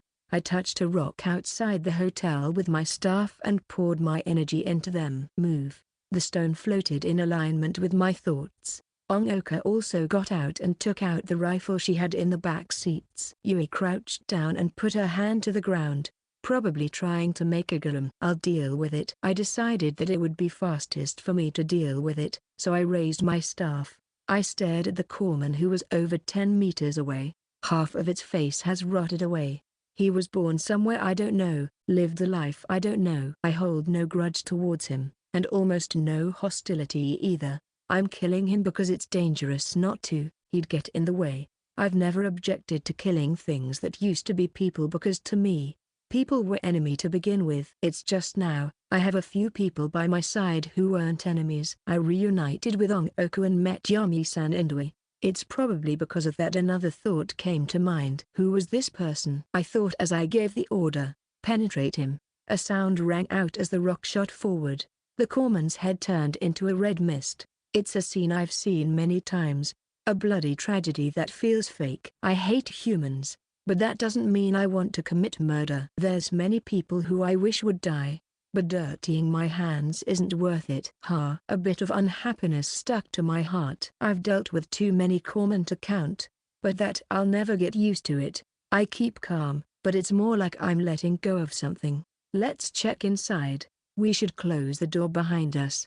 I lowered my raised staff and walked towards the gates. The gates that haven't been maintained in over a month closed very roughly. The walls of the hotel weren't high, so if the corpsmen piled together we would be in trouble. But for just one night, this is fine. I'll let the golem go in front. You two follow me, Yui said to us as she let the golem made of gravel from the parking lot walk in front of the hotel. Got it. Using Yomi-san's special bullets, but some noise here should be fine, so I'll take my rifle with me. She was originally going to use reach for the holster on her waist but changed her mind and switched to her rifle. All right, though the golem can probably take care of anything thrown our way. I looked at the golem. It looked very reliable, with its heavy footsteps and sturdy silhouette. Pui. Suddenly Pura, who I left in the passenger seat, jumped out and ran towards us while shouting, "Yuki, I think Pura's telling you not to get overconfident." Hearing Ongoku say that, I smiled. Yeah, I'll be careful. I told myself that and followed Yui and the golem inside. Although the lights were off and it's quite dim outside, the brightness level inside the place didn't change. We were able to see pretty clearly inside thanks to how many windows this place has. Maybe it's because the doors were open, but the smell of corpsman wasn't that prevalent. Instead, there was a rather unique smell here that I couldn't describe. Is that the smell of hot springs? Ongoku nodded. Yeah, it should be, given how it smells like sulfur. Crash. We suddenly heard the sound of something falling down. Huh? We turned to the direction of the sound. It came from the stairs to the second floor, where a figure had landed and was still moving. It slowly got up and looked up at us with yellow eyes. There's another one. Don't worry, the golem can take care of it. After saying that, Yui had the golem walk towards the stairs. The corpsman, whose mouth hung open due to a dislocated jaw, groaned and walked slowly. Do it. Yui gave the command. The golem took a stance and waited for the corpsman to approach. When the corpsman was in range, it grabbed the corpsman by its head. It was fast for its size. The corpsman struggled but couldn't break the golem's grip. The golem squeezed and the head burst apart. Blood leaked out from its fingers. The now headless corpsman collapsed like a puppet with its strings cut. There makes two. Bang bang bang. I suddenly heard gunshots behind me. Sorry. I shot immediately when I saw a corpsman in the corridor over there. You and I sighed in relief as Ongoku explained with a wry smile. I looked at the direction the muzzle was pointing and found a corpsman with its head blown open at the other end of a corridor. That corridor seems to lead to the banquet hall. That's fine. You did good. We've already taken 3 down. I wonder if there's more. Pura responded to Yui's question. Does that mean there's more? Yui turned towards me. Yeah, probably. Pura's voice was piercing. So it must be a warning. So it'll tell you when corpsmen are nearby. It's smarter than my panda, for sure. Mine only moves when there's danger. Yui looked down on her panda with some disappointment. Yami-san made that, right? So it'll move on its own when a beast-headed corpsman appears, right? Ongoku asked curiously. Yami turned off that feature. Now it'll stand and fight if I'm in danger. but a strong mage like me won't fall into danger in the first place. Yuri puffed her chest with confidence. Yeah, because you really are strong. So what should we do next? I smiled and asked her for instructions. If only 3 corpsmen responded to us coming in, then there shouldn't be that many corpsmen. We just have to sweep the entire hotel and get rid of all the corpsmen. Then we'll get the hot springs all for ourselves. Yui clenched her fists in excitement. Ahaha. Let's do our best then. Ongoka laughed. The next sequence of actions felt more like a chore than fighting. As the sunlight starts turning red, we meticulously swept the hotel and got rid of 2 more corpsmen. And then we checked outside the building to make sure we're safe. Pura's not responding anymore, so there probably isn't any corpsmen left. We returned to the entrance and I hugged Pura and stroked its head. We got it done before it gets dark. I'll leave the golem outside for protection. Yui sighed in relief and patted the golem on the back. The golem moved to the doors with heavy steps. Well then, let's secure a place to sleep first. I know Yui's dying to go to the hot springs, but we'll do that after. Why, you don't need to tell me. We'll need a room with enough futons and the walls have to be able to block the smell, Yui said, a bit flustered. So you want to make a barrier like in Kyoto? That was we don't need Pura to enlarge. Ongoka and I stayed under a giant Pura when we traveled. Pura seems to have a barrier on it that prevents corpsmen from coming, but now we have Yui, so staying in the hotel would be better. That's right. Let's go to the car for dinner and underwear. Yui nodded vigorously and pointed towards the parking lot. The corpsman I took out was still lying at the entrance, but if we pretend that's not there, it feels like I'm a tourist with everyone. I know I shouldn't be thinking that, but I really can't hold back my excitement. I get to swim in a spacious bath with a soft futon to sleep in. This is the happiest I've been lately. Yui laid on the futon with a face full of happiness. Hee. It feels like we're on vacation. Ongoka smiled happily, sitting in a chair by the window. Yeah, and we even have yukatas on. I was never there for any of the school field trips, so this is my first time. I was sitting on the futon adjusting the belt on my yukata with Pura sleeping in my lap. There were only 2 futons in each room, so we borrowed one from another room. We also found yukatas that fit us at the rental counter. Yeah, you mentioned that once, but I didn't think we'd have such an opportunity with the world like this now. I mentioned it in Kyoto in passing, and yet Ongoka still remembers it. Although the sun has set, the night sky is very clear with few clouds, so I could still see Ongoka's face by the window. It would have been perfect if we didn't have to wear towels. You really are stubborn.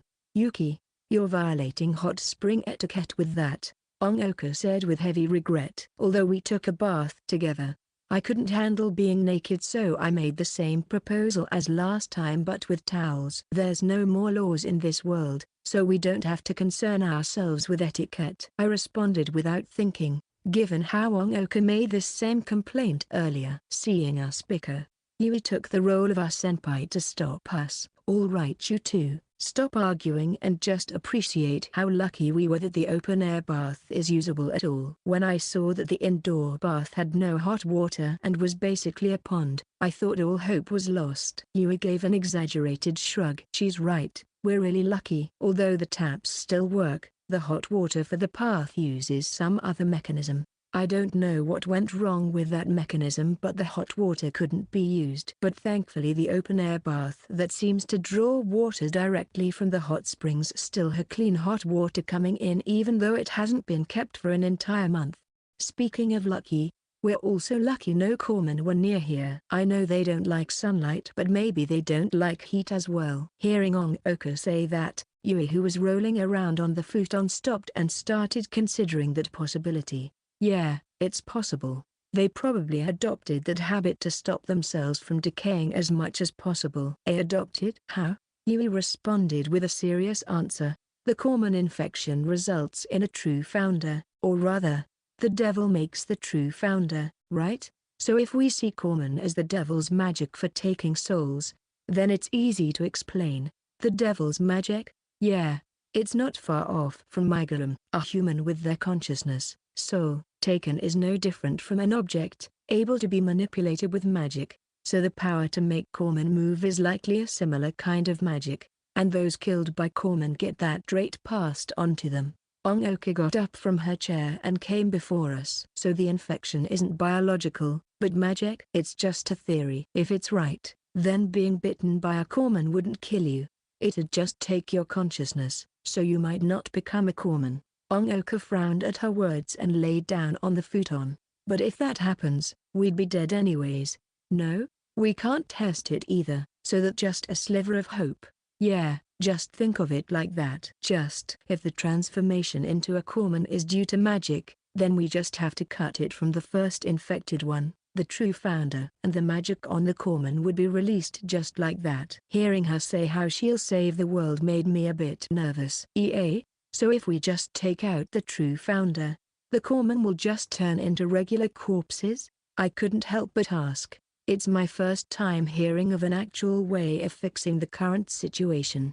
It's just one possibility. Don't dwell on it too much. Why yeah, I said with a bit of disappointment. When it comes to magic, Yuri has an air of seniority with her. It's because we don't know the truth that we have to explore all kinds of possibilities. Though our current goal is to get Yuki a stronger staff that can fight the mage responsible for all this, we might not need to confront them directly. That's what I'm getting at. Yuri glanced at Ongoka. That made me realize what Yuri was really saying. I see, so the mage who performed the ritual and the first one to be infected, the true founder, are two different people. So the one we really have to deal with is just the true founder. Yuri nodded in confirmation. That's right. The person who made the deal with the devil 100 years ago was still alive when the incident was resolved. We need to remember that, Yuri emphasized. I think what Yuri was really saying was that even if this incident is to do with Haruko-san, we don't have to fight her. Got it, thank you. Ongoka seems to have sensed what Yuri was getting at as well. After thanking Yuri, Ongoka burrowed herself into the futon. It's about time we slept. How about a pillow fight to commemorate this? Ongoka asked, looking at me. No way. I'm not that childish. Why yeah, we're too old for that. Let's just go to sleep early so we have the energy to do stuff tomorrow. Yuri agreed with me but was a bit flustered. Oh? You want a pillow fight? Yuri immediately blushed at Ongoka's teasing. I already said no. Good night. Fed up, Yuri hugged her panda and got into the futon. You can be more honest. I exchanged glances with Ongoka, who was smiling, and put Pura on the pillow before going to bed as well. At Yuri's request, we put her futon in the middle. Good night. I said good night to Ongoka with the futon over my head. Yeah, good night. I closed my eyes. It was only after closing my eyes that I felt a bit of regret. While I don't see the fun in it, having a pillow fight would have been a valuable experience. But I can't ask for it now. All I can do is close my eyes and go to sleep. And yet, perhaps due to my excitement, even though Yui has started snoring, I don't feel sleepy in the slightest. I had something similar happen in Kyoto. At the time Ongoka held my hand to sleep, but now she is nowhere within reach. Maybe it's because I was awake for so long, I suddenly got the urge to go to the bathroom. I snuck out and went. The washroom was right next to our room that thankfully functioned without electricity. As I returned to bed I suddenly had an idea. Let's go to the hot springs again. I might not get a chance like this again. After all, the hot springs were right next to this room. Yui had stationed a golem at the entrance and there's a steep downward slope outside the walls to the open-air bath, so there's no need to worry about corpsmen. I say that, but I'm a bit worried to go alone, so I'll bring my familiar. I tiptoed over to my bed and picked up Pura. It was in sleep mode, making it no different from a doll. It won't react even after being picked up. Pura, stay with me for a bit. I buried my face in its soft feathers and said. I grabbed my staff that was leaning against a wall, put on slippers and left the room. The air in the hallway was slightly cooler than the temperature in the room, thanks to Yui having the golem remove the corpses.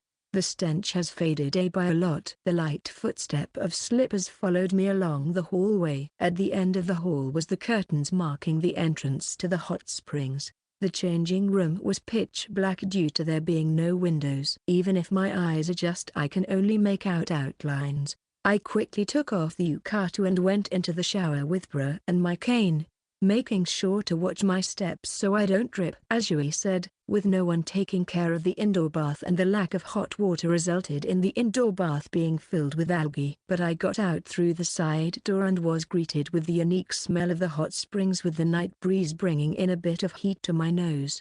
Maybe it's because I just came out of the dark changing room, but the clear starry night sky was dazzling. I didn't want to come in with a towel either. I grumbled quietly at Ongoku and walked to the open-air bath completely naked. New hot water kept flowing through the rocks into the bath surrounded by black rocks. The slightly cloudy water made it so the bottom of the pool can't be seen. I put my staff and bra on one of the higher rocks and put my feet in the water first. It's a bit hot for me. This is a bit higher than the ideal temperature, but I just have to put my feet in and get used to it for now. Rather, my upper body feels cold due to the night breeze. Once the stinging stopped, I soaked myself into the bath. I sighed as the warmth enveloped my body. Hot springs really are different from the water I heat with magic. It's a warmth that penetrates one's entire body. When I had the towel on, I felt like something was missing because I couldn't touch the water directly. Baths really are the best when you're completely naked. I stretched my arms and legs and looked up at the dazzling night sky. In this world that has lost the light of civilization, nothing can cover the starlight. The stars that emit fainter light twinkled as if they were affirming their existence. Are man-made satellites amongst these stars? I thought back to the mention of the International Space Station and searched the skies, but I didn't find anything that looked like a satellite. I have seen a few of those when I looked into the sky before. Given how they're devices that reflect sunlight, I feel like even at night I should be able to tell them apart from stars. Bang! I was so focused on the night sky that the sudden opening of the door startled me. If it's a corpsman, Pra would have alerted me. With that in mind, I got up and tried to reach for my staff. Ongoku. When I realized that noise came from my friend, I stopped myself. The reason for my tone was because her figure in the starlight was completely naked. Ahaha. I ran over. Seeing her shy smile, I immediately realized what's up. WWHY? I covered my chest with my arms and squatted down, trying to bury myself in the water. Your reaction makes me look like some pervert. That hurts, you know, Ongoku said, somewhat embarrassed, and walked towards me naked. Although there were some eaves at the door to the hotel, there were none here, letting me see Ongoku's pure white body under the starlight. Although I was distracted by her for a moment, a strong sense of embarrassment caught up to me and I turned my back to her. I heard the splashing of water behind me. I knew it was the sound of Ongoku getting in. I found out you left the room and thought you might have snuck out to take a bath. Turns out, I was right. So I thought this was a good opportunity. Opportunity to do what, exactly? I asked without turning around. To take a bath with you. Normally, having a swimsuit or towel on really is weird. It's not weird. It's just, how do I say this? Yes, it's like a sense of propriety or something. I racked my brain for a response. Propriety? That's a bit for me. I wouldn't like that kind of propriety. What do you mean? As I replied, I turned back to find Ongoku much closer to me than I thought, so I turned back to look away. I want to see what you keep hidden. I want to understand you more. And I wish you would understand me more, or something like that. I felt Ongoku put her hand on my back. Even so, that's way too forceful. Yeah, I know. Sorry, Ongoku replied with a slight smile. But you're too shy. It'll take forever for you to mentally prepare yourself to open up. So it's better to be forceful and smash the door altogether. What do you mean by smash the door? Ongoku's choice of words left me a bit dumbfounded. Well, now we're bathing normally. Now that we've bathed once, you won't be so embarrassed next time, right? Will I'm not even able to look at Ongoku right now. I don't think I'll ever get used to it. You will. I was hoping you would think that way. Can you? I don't think I can. It's no use being brave right now. So I told her honestly. What a pain. What to do? So, you can't handle the thought of looking at others or having others look at you, right? Yeah. I nodded with a growing amount of guilt. If so, wanna try something a bit further than just looking? A bit further? I couldn't understand what she meant. Yeah, like this. I heard water splashing behind me as Ongoka began to move. Ongoka moved her arms from my back and traced my skin to my shoulders before pausing a bit and held her arms gently around my neck. I didn't even have time to be surprised as I felt something soft and warm press against my back. Ongoka whispered directly into my right ear. See? We're touching like this now. Isn't this more embarrassing than simply looking and being looked at? Even I'm getting embarrassed. Her laugh and breath brushed my ears. I couldn't even form words, let alone being embarrassed. All my thoughts were taken over by Ongoka's warmth and touch. I'll let go if you hate it, Ongoka said, slightly uneasy. Hate it? I couldn't say anything, so I shook my head slightly to express my denial. Thank goodness. Can we stay like this for a while? I nodded slightly. Yes. Ongoka smiled and tightened her arms around me. So hot. It's only natural to feel this way in a hot spring with someone hugging you, but I feel another kind of heat welling up within me. Our moist skin pressed against each other made it feel as if we were one. Although Ongoka's touch made my heart race at the start, I slowly lost track of the boundary between the two of us. This comfortable feeling began to envelop my entire body, easing my nervousness. Are you getting used to it? As if noticing my shift in mood, Ongoka asked gently. Yeah. This time my voice was able to come out smoothly. Are you still going to get embarrassed?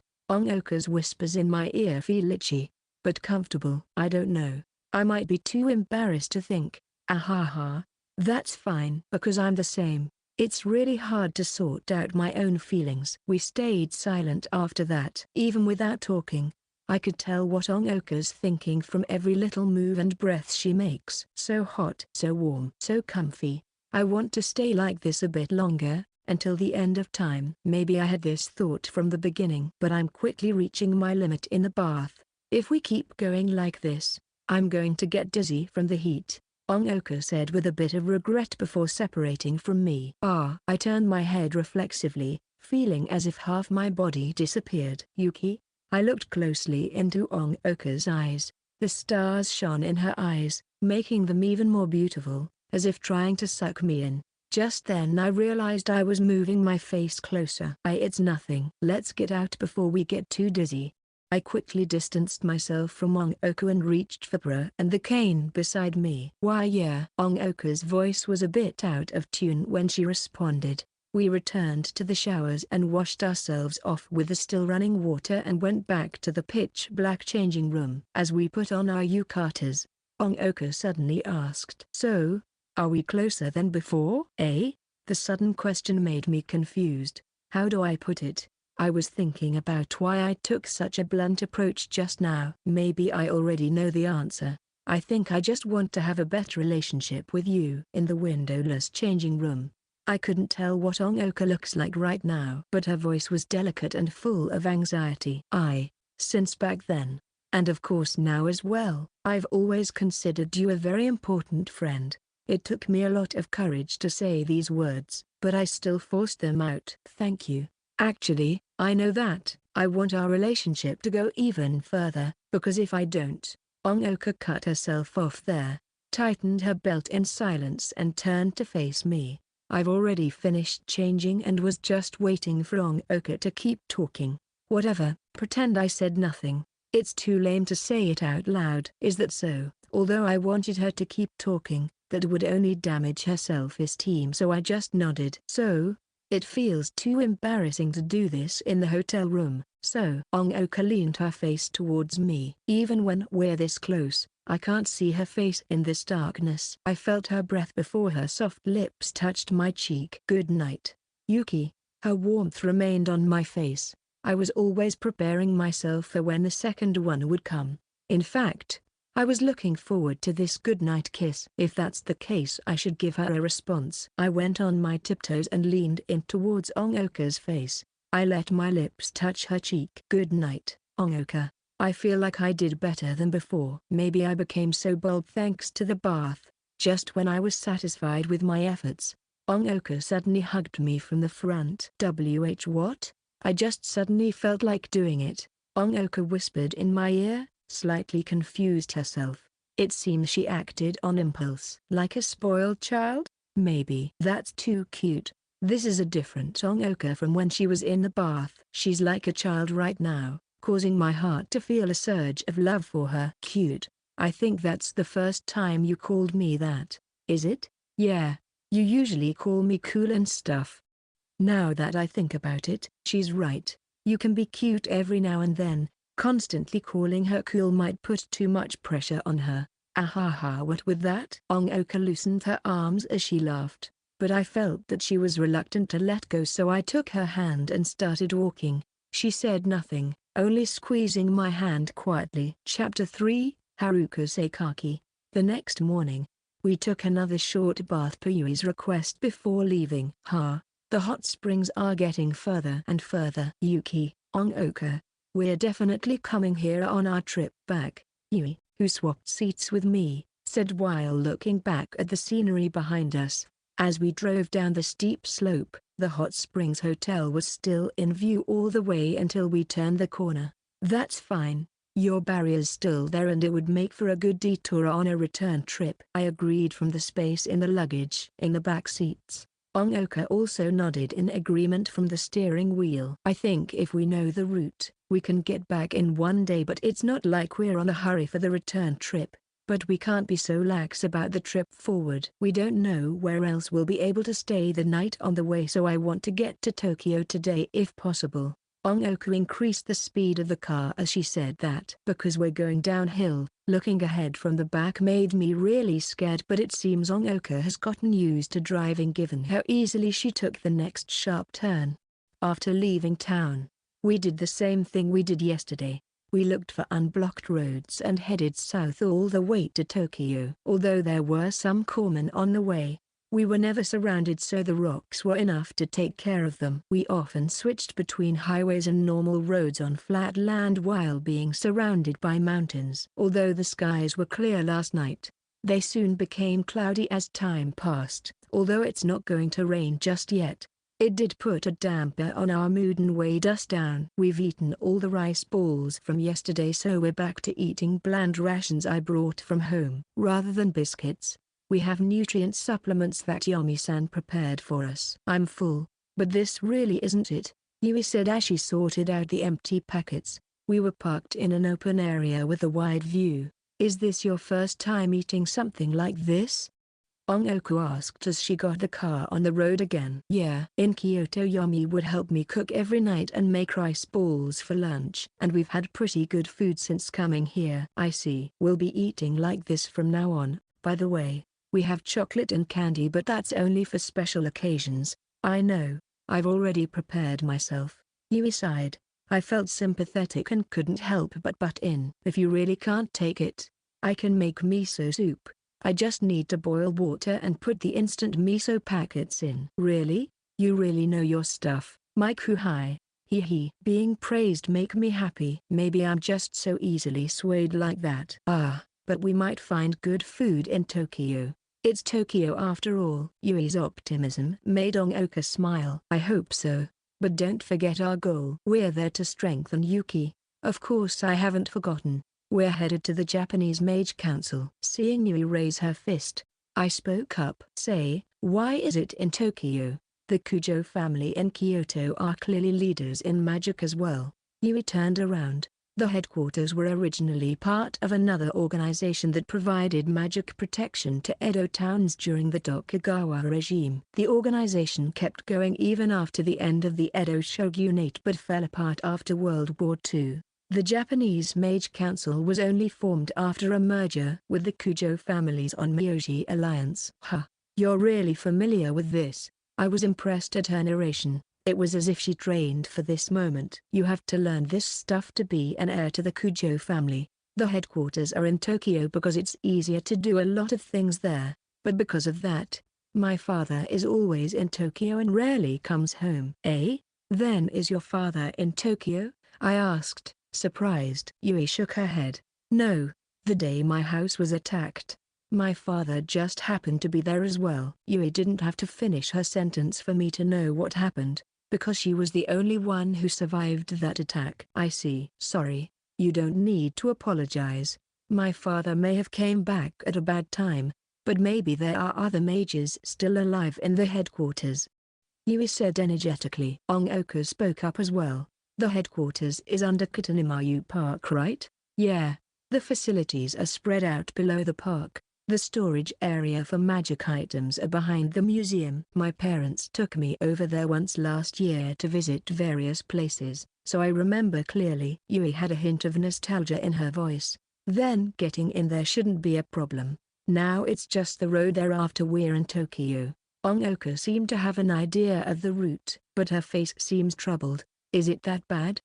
I know nothing of the geography of Tokyo, given how I never even left town. I only know the Budokan is next to a park from TV. Yeah, the traffic jam in Tokyo's probably much worse than here. I don't know how close we'll be able to get to it, but we'll just have to see once we get there, Ongoku said as she turned the steering wheel into an alley because the way forward is blocked by cars. Given how there will definitely be more cars in Tokyo than here, it's very much possible we won't be able to drive directly to our destination. We'll be counting on you, Ongoku. Yuki, can you bring me Yomi's files? Yui reached her hand to me. Sure. Next to the box of rocks was a bag placed on waterproof cloth. I took out Yomi's files from there and gave it to Yui. Thanks. There's nothing to do here, so I might as well give this another read. I have some leads from yesterday, like I'm almost at a breakthrough. I'll get dizzy if I read in a car, so I'll be on lookout. I was planning on reading as well, but I couldn't even make it past a few words, so I gave up. I stared out the window and watched as the mountains gradually faded away. Every time we passed a narrow road, I was on edge and near a rock ready just in case. Some time passed before Yui finally spoke up. I'm not completely sure, but I think I figured out how it all connects. Hearing Yui say that, Ongoku can't help but glance off Yui. I also looked at Yui from the passenger seat. What did you find? I wouldn't say I found something. It's more like a theory based on already given information. Are you still willing to hear me out? Of course. I nodded and Yui looked at Ongoku. This assumption is based on your sister, Haruka Sakaki, being the culprit. Is that fine with you? Go ahead. Ongoku stared straight ahead as she focused on driving the car. Yui mentioned Haruka-san's name with some hostility, but Ongoku didn't mind.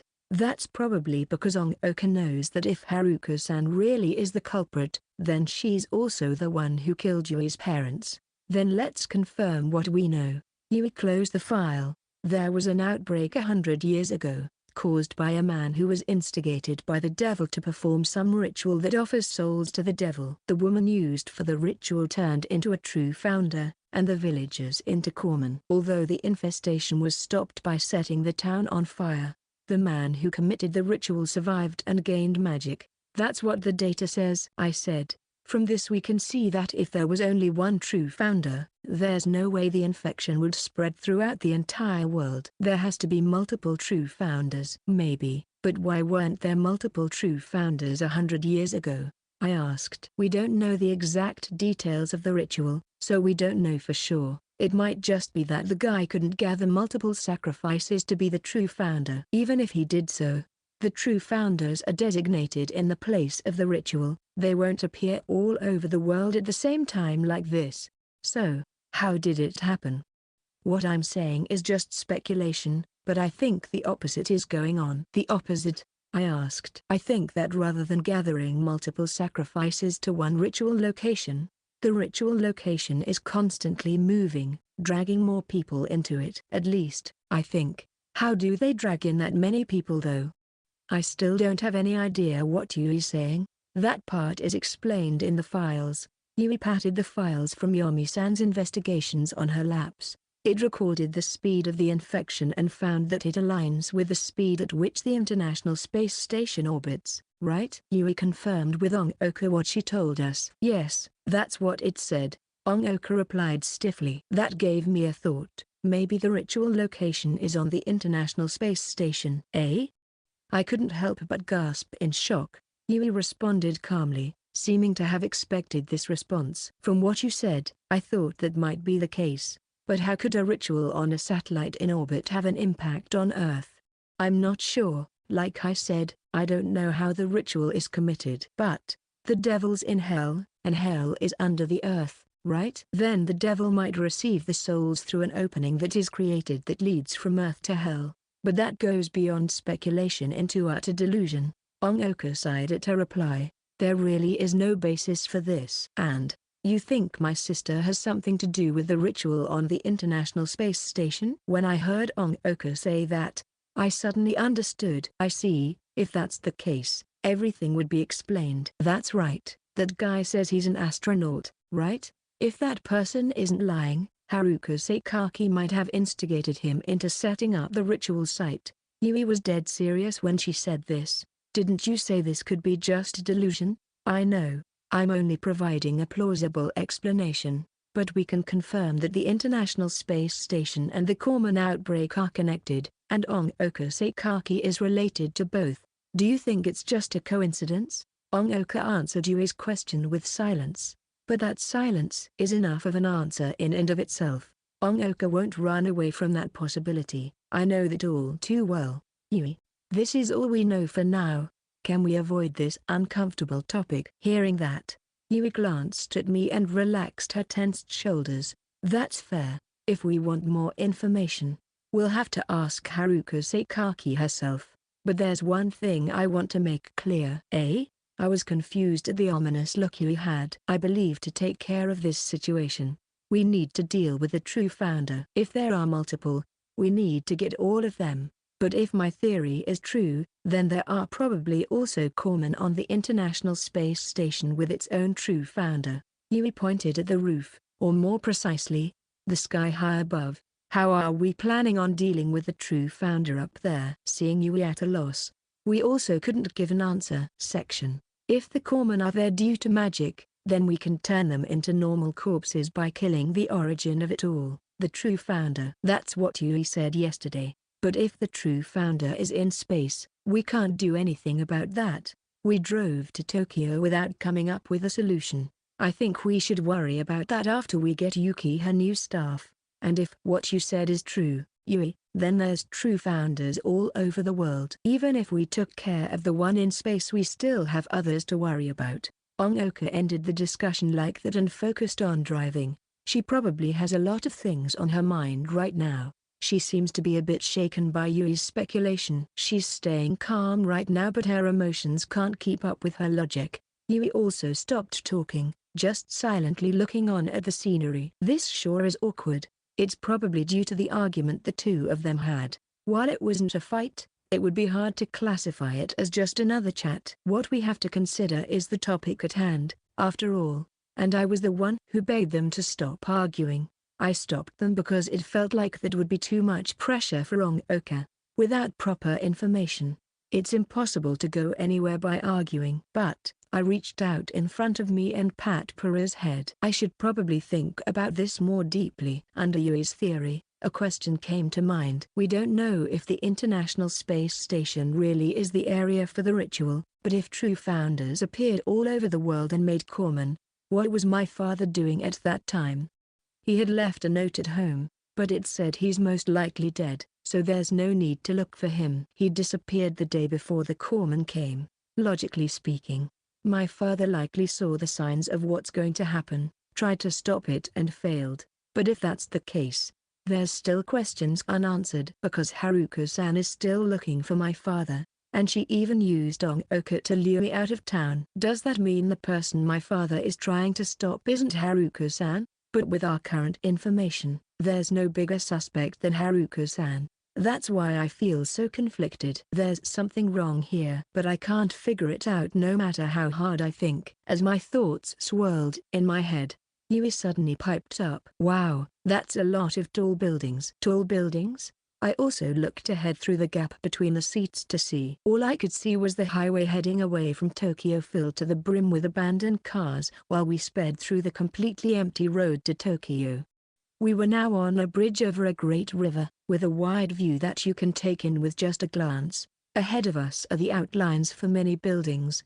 There was an area where the buildings were noticeably taller than the rest. Is that Tokyo? Hearing me blurt out that question, Ongoka chuckled. That's the central area for Tokyo. We just crossed prefectures earlier. Eh? Really? Yeah. Didn't you see the signs on the road? Look, there's the Tokyo Skytree. She pointed a finger left. Ah, so that's a little distance from the downtown area was a tall slender tower. The view I saw on TV was finally in front of me. We're already very close to our destination. Yui, can you help lead the way? Ongoka said as she handed Yui her phone. No problem.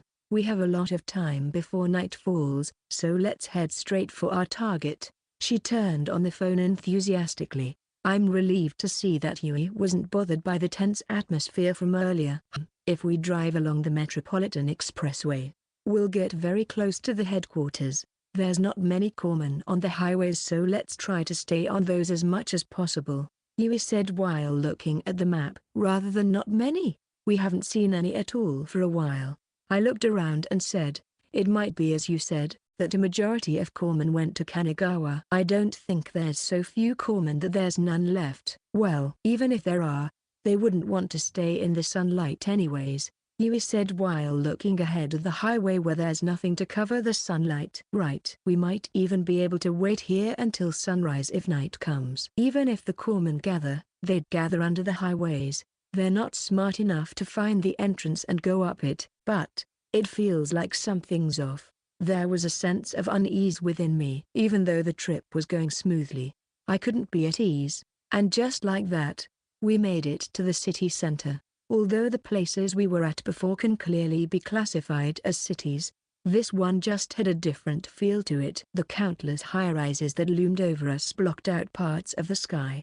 However, there seems to have been a fire recently given the burn marks and broken windows along the buildings. Some of them were even emitting white smoke. You can smell the smoke from inside the car even. Yui pinched her nose and complained.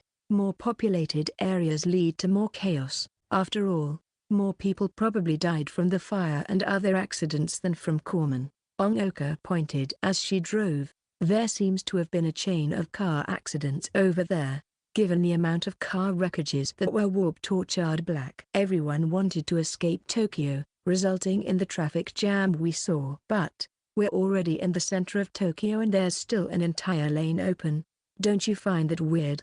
I asked. The vague unease that was dwelling inside me gradually took shape. You're right. It doesn't make sense, but it depends on the traffic during the day. Ah, it's blocked over there. Ongoka pointed at the highway exit and said, it was piled with cars that were in accidents, making it impossible to pass. Yui frowned. If we take that route, we'd be at our destination way quicker. Now we have to go another way. It may be dangerous, but we'll have to get down from somewhere else. Got it. Let's see if there's another path we can take first. Ongoka kept driving the car along the unblocked lane, but we only went further and further from our destination as time goes on. Every exit was blocked by wreckages, and the sun was setting as we scrambled. Any further and we'll be in Shibuya. It'll be too far to go from there, Yui said while alternating between looking at the phone and the signs on the road. Yeah, and it feels like I'm being led somewhere. Ongoka felt the same unease as me and stopped the car at the side of the road. When you put it that way, the road we're going is restricted to an unnatural degree. Hearing Ongoka say that, I finally figured out the source of my unease. The journey's been too smooth for the past few days, as if it was planned. Are you saying someone deliberately blocked the road with these wreckages? If someone can do that, then... Just as Yui was nervously speaking, Pro suddenly interrupted from my lap. Pui! Exclamation mark. There's corpsmen. I immediately warned everyone. Corpsmen? But from where? Ongoka cut herself off. From the back seat. I saw that Ongoka's eyes were on the rear view mirror, but I can't see exactly what she saw. So I turned to look behind me. Thump thump. I can clearly hear my heartbeat. I'm scared. I'm scared of seeing what's behind us. If I looked behind us, I'd see reality, that we're in danger right now. But I know that if I don't look right now, there might be irreversible consequences. So I swallowed my fear and turned around. A figure was 20 to 30 meters away from us. It was larger than the average person. Its head not the shape of a human. It clearly didn't have a human head. Rather that's the head of a goat. I hear Ongoka's words trail off. It's a beast-headed corpsman. I said what it was. It's bigger and stronger than normal corpsmen. Its weakness, its head, is too hard for normal guns to penetrate, and it has regeneration. An actual monster. I encountered a goat-headed one in Kyoto which Haruka-san used to talk to me. Ongoku slammed on the accelerator. The car roared with its engine as the tires rubbed against the asphalt. Wah! Yuri, who had stuck her body out of the car window to see, screamed. She immediately pulled herself back into the car and was suddenly out of breath. Why is a beast-headed corpsman suddenly in a place like this? Yuri sat up and asked. In the past, beast-headed corpsmen only appeared where people still lived and fended off the corpsman. They're often accompanied by countless normal corpsmen, but we don't see any of that here. How would I know? But we're dead if that thing gets close. We have to keep our distance. Ongoku continued to speed forward. The figure of the goat-headed corpsman started to get smaller. But I saw behind it were wolf-headed corpsmen that were giving chase as well. There's more coming. 1, 2. There's 3 more. All wolf-headed, like the one from Itsugi. The goat head isn't coming. I shouted at the other 2. I don't think I can shake them off. You two will have to fight. Ongoku continued to speed up as she told us. On it. I've already put rocks on the roof of the car. Yuki and I will start an attack. Yuri pointed at the roof. Got it. I'll prepare immediately. I grabbed my staff and picked up a rather larger rock from the box of rocks. Go. I touched it with my staff and let my energy, my magic, flow into the rock. I gave it the commands to spin, accelerate, fire at my command, and home in. The target is the head of the corpsman. I opened my window and threw the rock outside. The rock not only followed the car's movements but also began to spin in circles above me. With this speed it should be able to break even the hard skull of the beast-headed corpsman. Back in Itsugi I couldn't hit them due to their speed. However, now with Yuri's training I learned to give commands to objects under my control. A rock that never missed the corpsman's head. I'm ready. I immediately told Yuri. Good job. Let's wait for them to get closer before letting it loose on the closest one. All right. I leaned out the window to check the position of the corpsman behind us. The strong winds battered me as I held my hair in place with my hand, staring at the approaching enemy. The wolf-headed corpsman were running at me on all fours with bloodshot eyes and drool coming out of its mouth like actual wolves. Despite myself shaking with fear, I gritted my teeth and kept my eyes on it. Although the distance between it and the car was increasing, it closed in the moment we had to slow down for a curve. Yuki, now's our chance. Yuri gave the order. Fire. I told the rock above our car. Yuri also fired 3 rocks of her own. Woo-oo-oo. The wolf-headed corpsman howled and jumped to the side trying to dodge, but the rocks changed trajectory and continued homing in on it. It seemed to have understood what was going on and immediately blocked with its arms as the rock I fired lands. Thud. The rock broke its right arm but its head was still intact. It blocked it, just when I was panicking. Yuri said calmly, "Don't worry, I got 3 more." Thud thud thud. The rock's Yuri shot hit soon after. The first one broke the left arm as the other 2 broke through its skull. It fell with a red and black mist as its body rolled a great distance along the road. We did it. I cheered. Yeah, but there's still 2 more. Yuki, hand me 3 of your rocks. Looks like we'll have to fire at the same time to deal with them. Yuri nodded and reached her hand out for more rocks. Yeah. I handed the rocks to Yuri as I prepared my own like I did just then, but the 2 beast-headed corpsmen that were left kept their distance, as if learning from the death of the other one.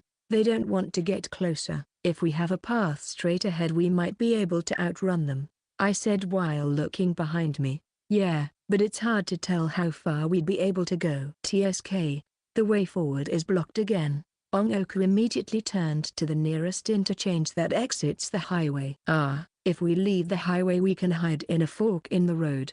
I looked at the signs to see that this interchange was leading to Shibuya. I don't know much about Shibuya but there's definitely more routes to go compared to a highway. But I was thinking that too but it looks like it's not going to be that easy. Ongoku said bitterly. I was speechless as to what I saw before me. There was a massive intersection leaving the highway but there was only one way not blocked by wreckages. This was clearly not some coincidence. These cars were deliberately placed there. Ongoku, we can still go there. Yuri pointed at the only road we can take. The wolf-headed corpsmen were still chasing us.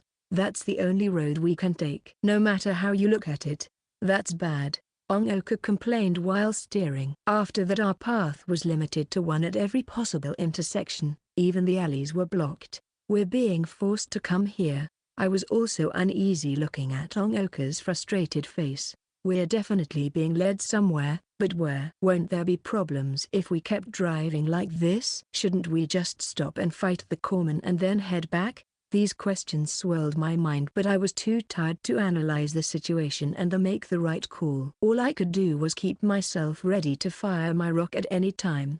I couldn't think about anything else. After turning countless times, we reached an exceptionally large intersection with a building that looked like a train station surrounded by many other tall buildings. There was even a massive display in the middle of it all. I think I've seen this on TV before. Shibuya Crossing. That looks to be our destination. Hearing Ongoku name it made me realize I've also heard of this place, but every road was blocked this time, making it impossible to drive through.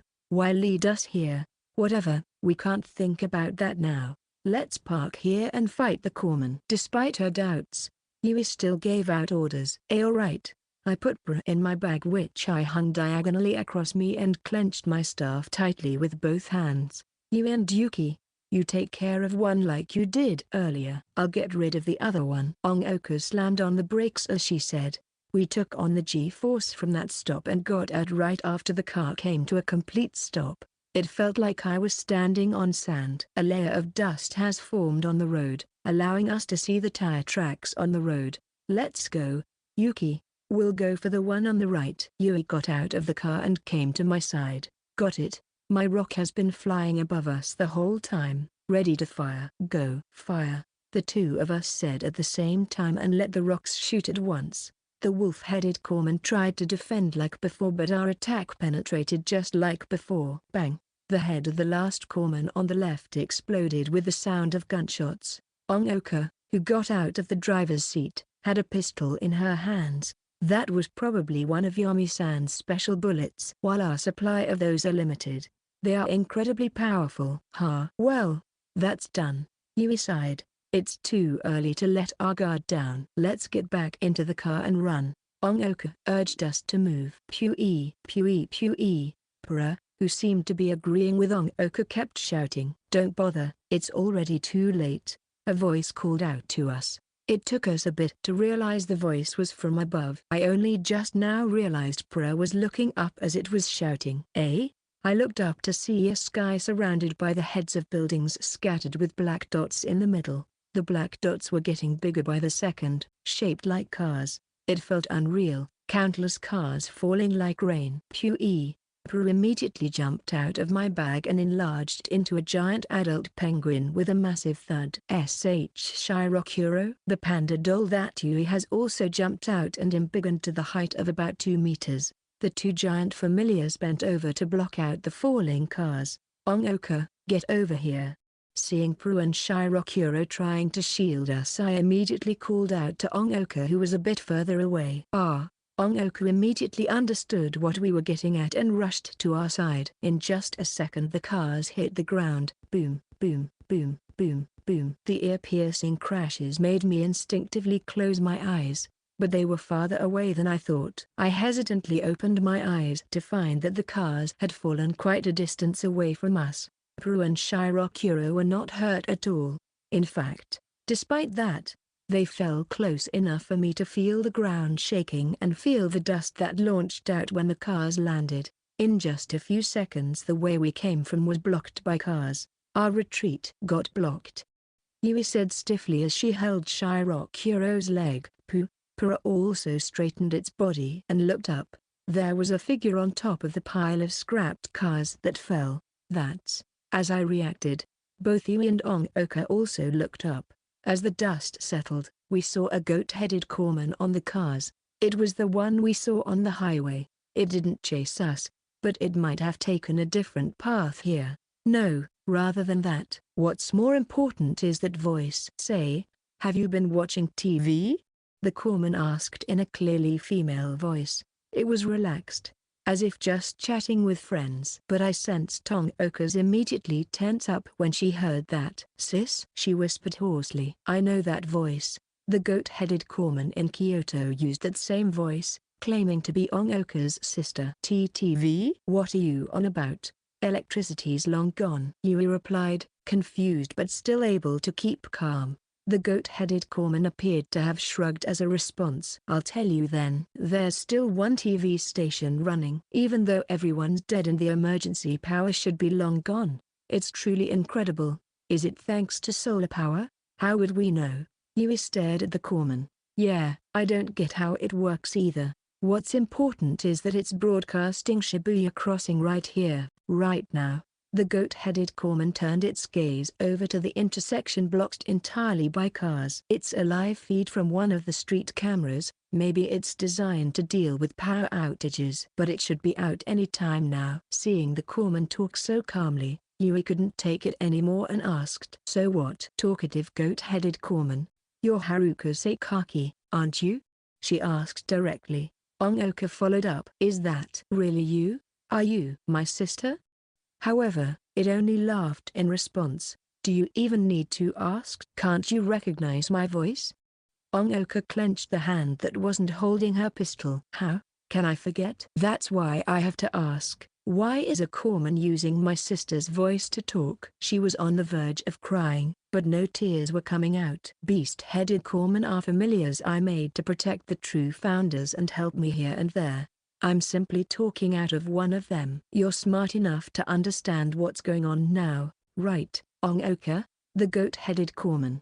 "No," Haruka-san said gently. "It can't be." Ongoka swayed, unable to support her legs anymore. Her legs went limp as she knelt down. "Ongoka." I rushed to Ongoka and put my arm to her shoulder. Her face was pale, her body trembling. Haruka-san was right, just that much information was enough. We've already mentioned it multiple times, so we basically knew she's the culprit. Those words were basically the final confirmation we needed. But for Ongoka, that was a truth very difficult for her to bear. The goat-headed corpsman didn't pay much attention to Ongoka and focused on me instead. Its cold gaze that seemed to see throughout me made me shiver. "Yuki-san, long time no see." "Well, long wouldn't be the right word." "Yeah." I swallowed and squeezed out a reply. "I've actually been waiting here this whole time." "Waiting?" "That's right. Not for you though, but for your father, Amato-san. At first I thought, he'd definitely come here," Haruka-san said with a bit of regret. "Why do you think my father would be here? Isn't there a very strong staff in the Japan Mage Council?" "I heard a little about that. Before I started this whole thing, I asked around a lot." Saying that, the corpsman raised its head sharply. "You must be here for something similar." "But I've already destroyed it, so I don't know if there's still a staff left." "The headquarters." I was somewhat shocked, but I soon realized that if Haruka-san is here, that's to be expected. But even so, I thought Amato-san would look for a staff here. Given how he's yet to appear before me, he must still not have the strength to fight me. So I've been waiting until now, only to find someone as detestable as you. Her final words there had that strong murderous intent I sensed in Kyoto. "Why? Do you hate me?" I asked what I didn't ask before. "Because you're all that Guy cares about." Her answer was very concise. That forced me to shout back. "My father doesn't care about me at all. We haven't even talked in years." "Ha?" Haruka-san sneered. A far cry from her attitude from before. "I'm not even in the mood to talk to you anymore." "Whatever. I was hoping to use you as bait anyway." Just then I felt a slight vibration under me. I thought it was an earthquake at first, but I realized something was off when the smell reached my nose. "No way."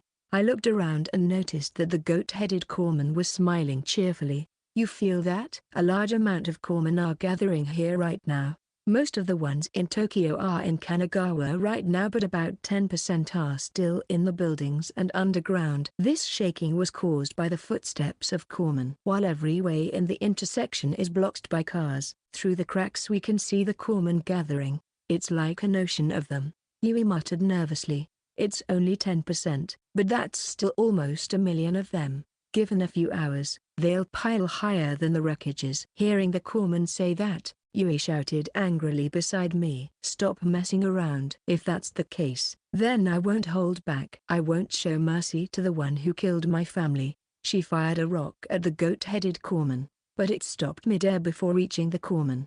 That's it stopped moving. No, the magic disappeared. Why? Yuri was hysterical. Right now, I have so much energy I can't even spend it all. I have complete control over everything around me without touching them. That's magic, right? The goat-headed corpsman spread its arms and let the rock fly around them. So she used her overflowing magic power to squeeze out mine and rewrite my command? That's impossible, but I can't think of any other explanation. Watching from the sides, I still couldn't fully understand it, but judging from Yuri's reaction, Haruko-san can take control of objects controlled by magic. So our magic isn't effective against her? And could it be that she can control corpsman through magic? I asked Yuri. That's impossible. Maybe if it was before the whole incident, but what she showed just now could probably only be done by Haruko Sakaki herself. She has to be nearby. Even though she whispered it, it seems the corpsman heard it. Haha, that's hard to say, but I'll tell you this. I'm not letting you leave. All you can do is fight the corpsman in this ring. Are you doing this just to torture us for fun? Yuri asked with scorn in her voice. Of course not. I'm waiting for Amato-san to swoop in and save you. That's why I picked a spot where the camera's still running. It might just all be a waste of time, but even if it increases the chance he'll come by a tiny percentage point, it's still worth a shot. There were some strong emotions behind those words. You were planning to kill me in Kyoto. Do you really have no clue about my father? I also wanted to find him, so I asked. None. There's so few clues that I couldn't even believe it. I couldn't get the witch of Kyoto. But judging from your reaction, it wouldn't help even if I did. But you're different. Even now, I bet you'll receive his protection. That doesn't make me happy. But there's nothing else to try. So I'll be on this, the goat-headed corpsman said in a constrained voice.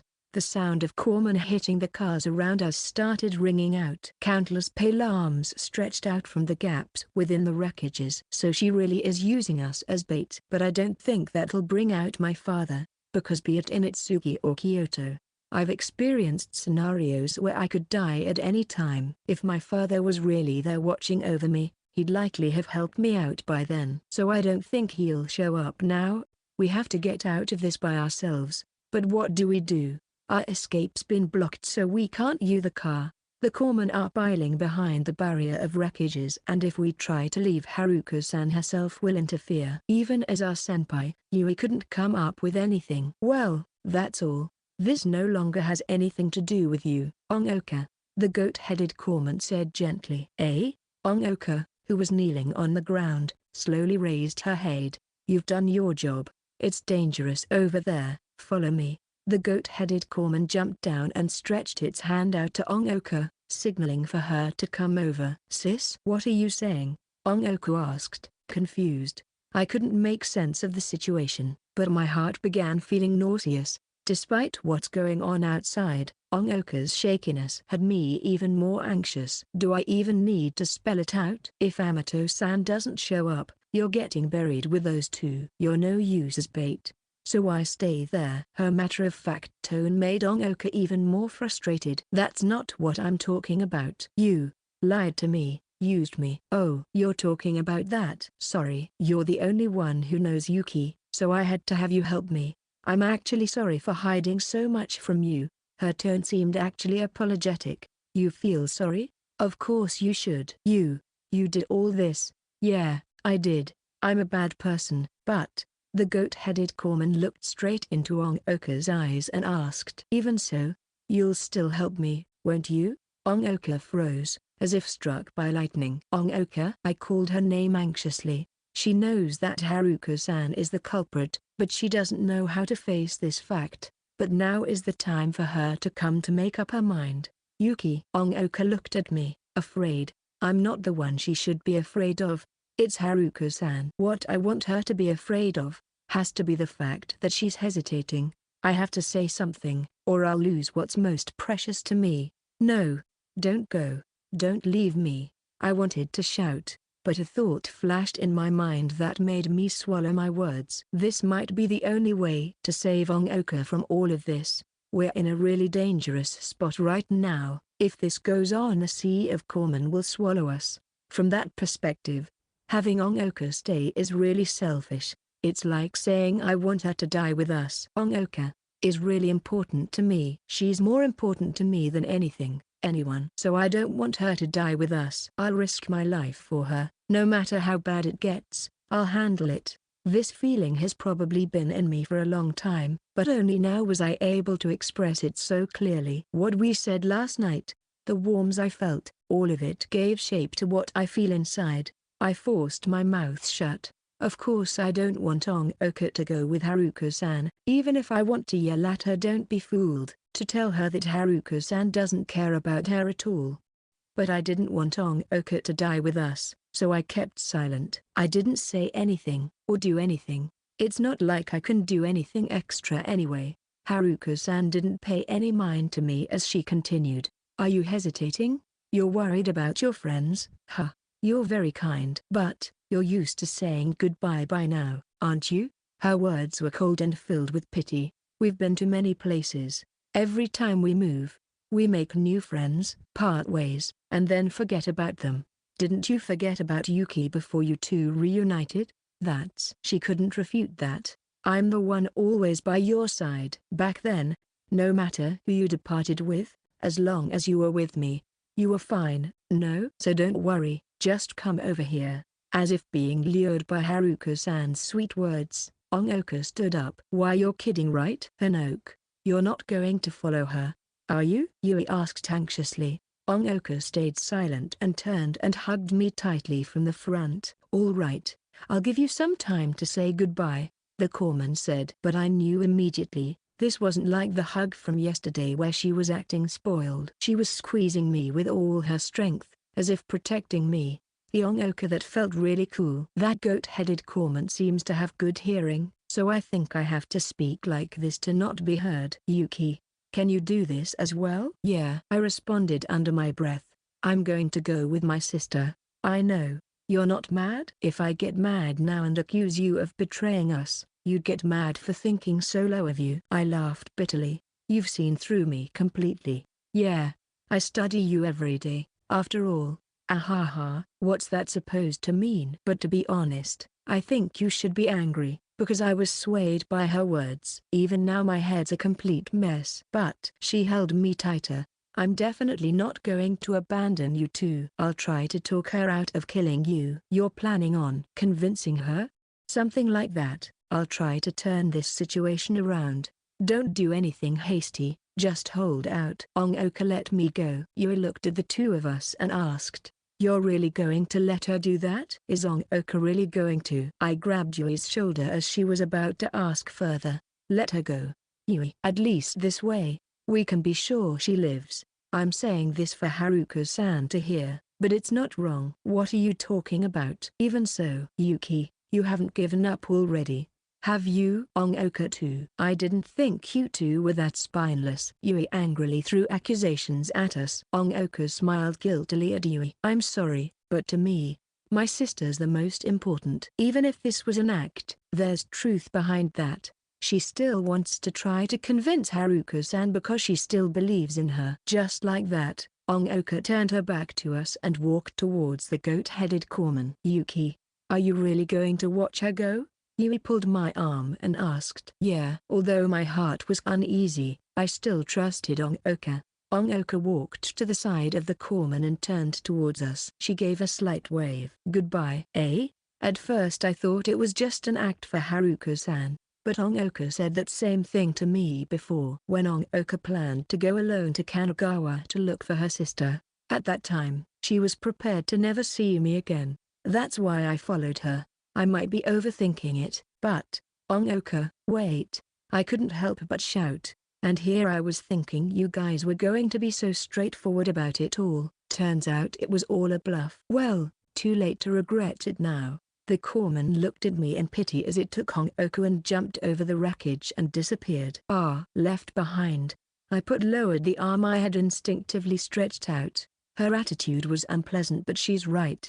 If you wanted Oka to stay, you should have said so from the beginning, Yui said with a determined face. No, it's not like that. It's not like I want her to go, but I trust her. But that goodbye left me feel uneasy. Crash. But then a loud noise came from the wreckage. We saw a car fall off the stack as the wreckage began to shake due to the corpsman outside trying to break in. Ah, that's not good. Yui went to the wreckage and put both hands on the asphalt. A wall burst out, supporting the shaking wreckage from the inside. I'll reinforce these so they don't fall. You keep an eye out on any that comes from above. G got it. I went to the center of the intersection and looked around. Pura, still enlarged, followed me with heavy footsteps. Now I just have to hold out for Oka. Things will definitely turn around. Oka definitely has a plan. I just have to hold on until then. But after hearing her farewell, I couldn't shake the feeling I'll never see her again, and I couldn't block out that whisper of doubt from my heart. Section. Oka Seikaki, that is my name because I was born after Haruka Seikaki, my sister. The character for summer is in my name, like the character for Haru means spring. It's not a particularly special naming method, but I like this name. It makes me feel like I'm her sister, and that makes me happy. As for why I love my sister so much, it's probably been said before, but although I admire her appearance and talents, it's because she's the one I've been with the longest. Before middle school, the two of us shared the same room no matter where we moved. We often slept in the same bed as well. When I get a cold, she would take school off to take care of me. When I'm frustrated, I have her to talk to. If there's a problem I can't solve, she'll help me. I grew up under her care. I'm forever in her debt. So I feel like if she is in danger, I must help her. I'm willing to sacrifice my life for my sister. No matter the hardship, I'll stand up for her. I thought that at first. No, even now, I still believe that she won't ever be important to me. But hey, now that I see you up close, have you lost weight? We were on a rooftop filled with the stench of something burnt. My sister was sitting on a pile of billboards with a smile that made me feel like a strange. It wasn't cold or ugly. It just makes me feel incredibly tired, but I feel it's probably her most natural expression. The outfit she's wearing is different from the one from back when he took refuge in the self-defense force base. Instead it was a dress that looks too cold given the current season. She was holding a staff with a sapphire on top, with a similar style to Yuki's. You're the one who doesn't look well, I responded honestly. Right now it's just the two of us. The goat-headed corpsman left after dropping me off. How can that be? I'm very healthy right now. At least, much healthier than before. The disease has been cured? I asked hesitantly. Yeah, seems you really do get the gist of it. I heard you came to Yuki's father for a cure. Hearing me say that, her face lit up in excitement. That's right. I went to Amato-san for a cure. He's the one who cured someone everyone else said would never make it past 18. So her disease was that bad. I didn't know about the details of her illness. Despite me worrying over her increasingly large amount of medication, nobody told me the specifics. So you fell in love with him? I didn't think you'd take the initiative to talk about love.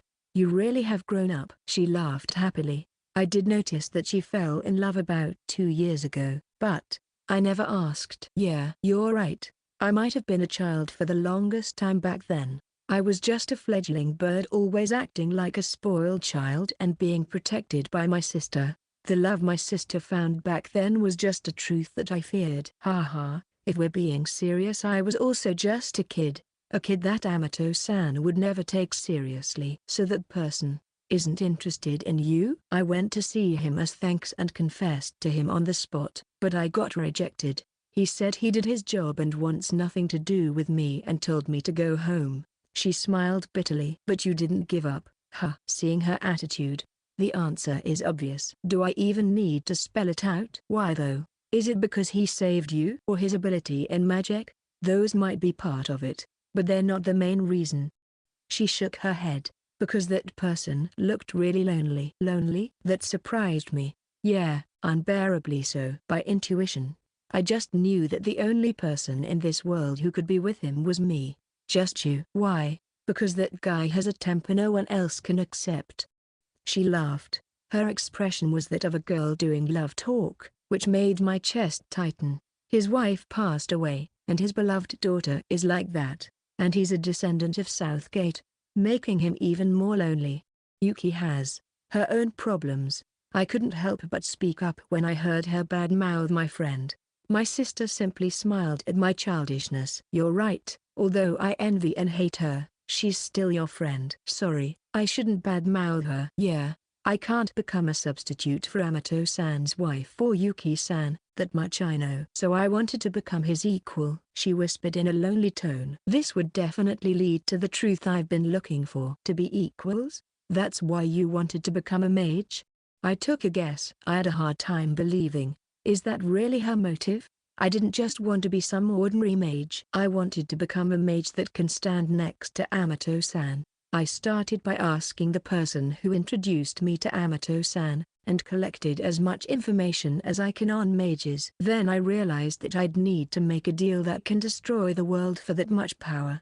Her eyes were filled with a weird brilliance. That's why you took the deal? That's right. But for it all to come true, it depends on the mood of the other party, and I think I can say that my proposal left quite an impression on them. She laughed. Proposal? Yeah. Given how there hasn't been a new mage for over 100 years, I had an idea. Maybe the other end wasn't getting that many souls from these deals, so they just stopped making them. Maybe it takes too much effort to contact humans, so they gave up. I listened in silence. The outbreak a century ago was indeed suppressed before the infection leaked out. So, I got as much information I could on the rituals, and along with my own inference came up with several plans to spread Corman across the world. After that I prayed every day with those plans in mind. You know how I attended mass for a bit back then? That was part of it.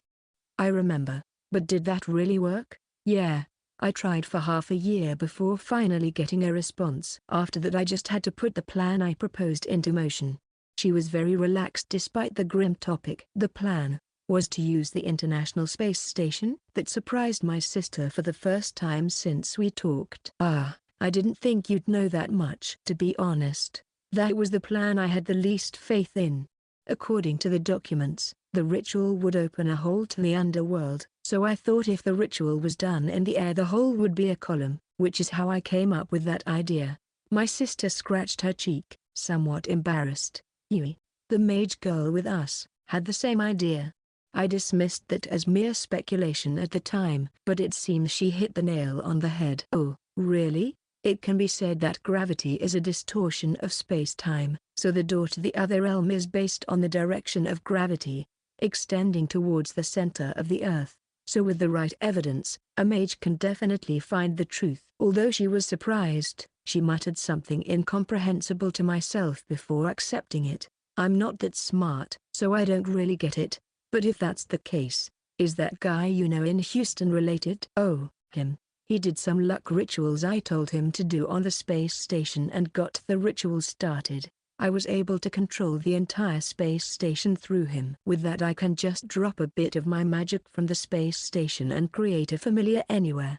It's really convenient. That was the missing piece. Yuri's speculation was almost spot on. So she created a beam to hell with the ISS that turned everyone it touched into a true founder, giving rise to the Corman. That bit of magic was probably the meteor Yuki saw in Kyoto.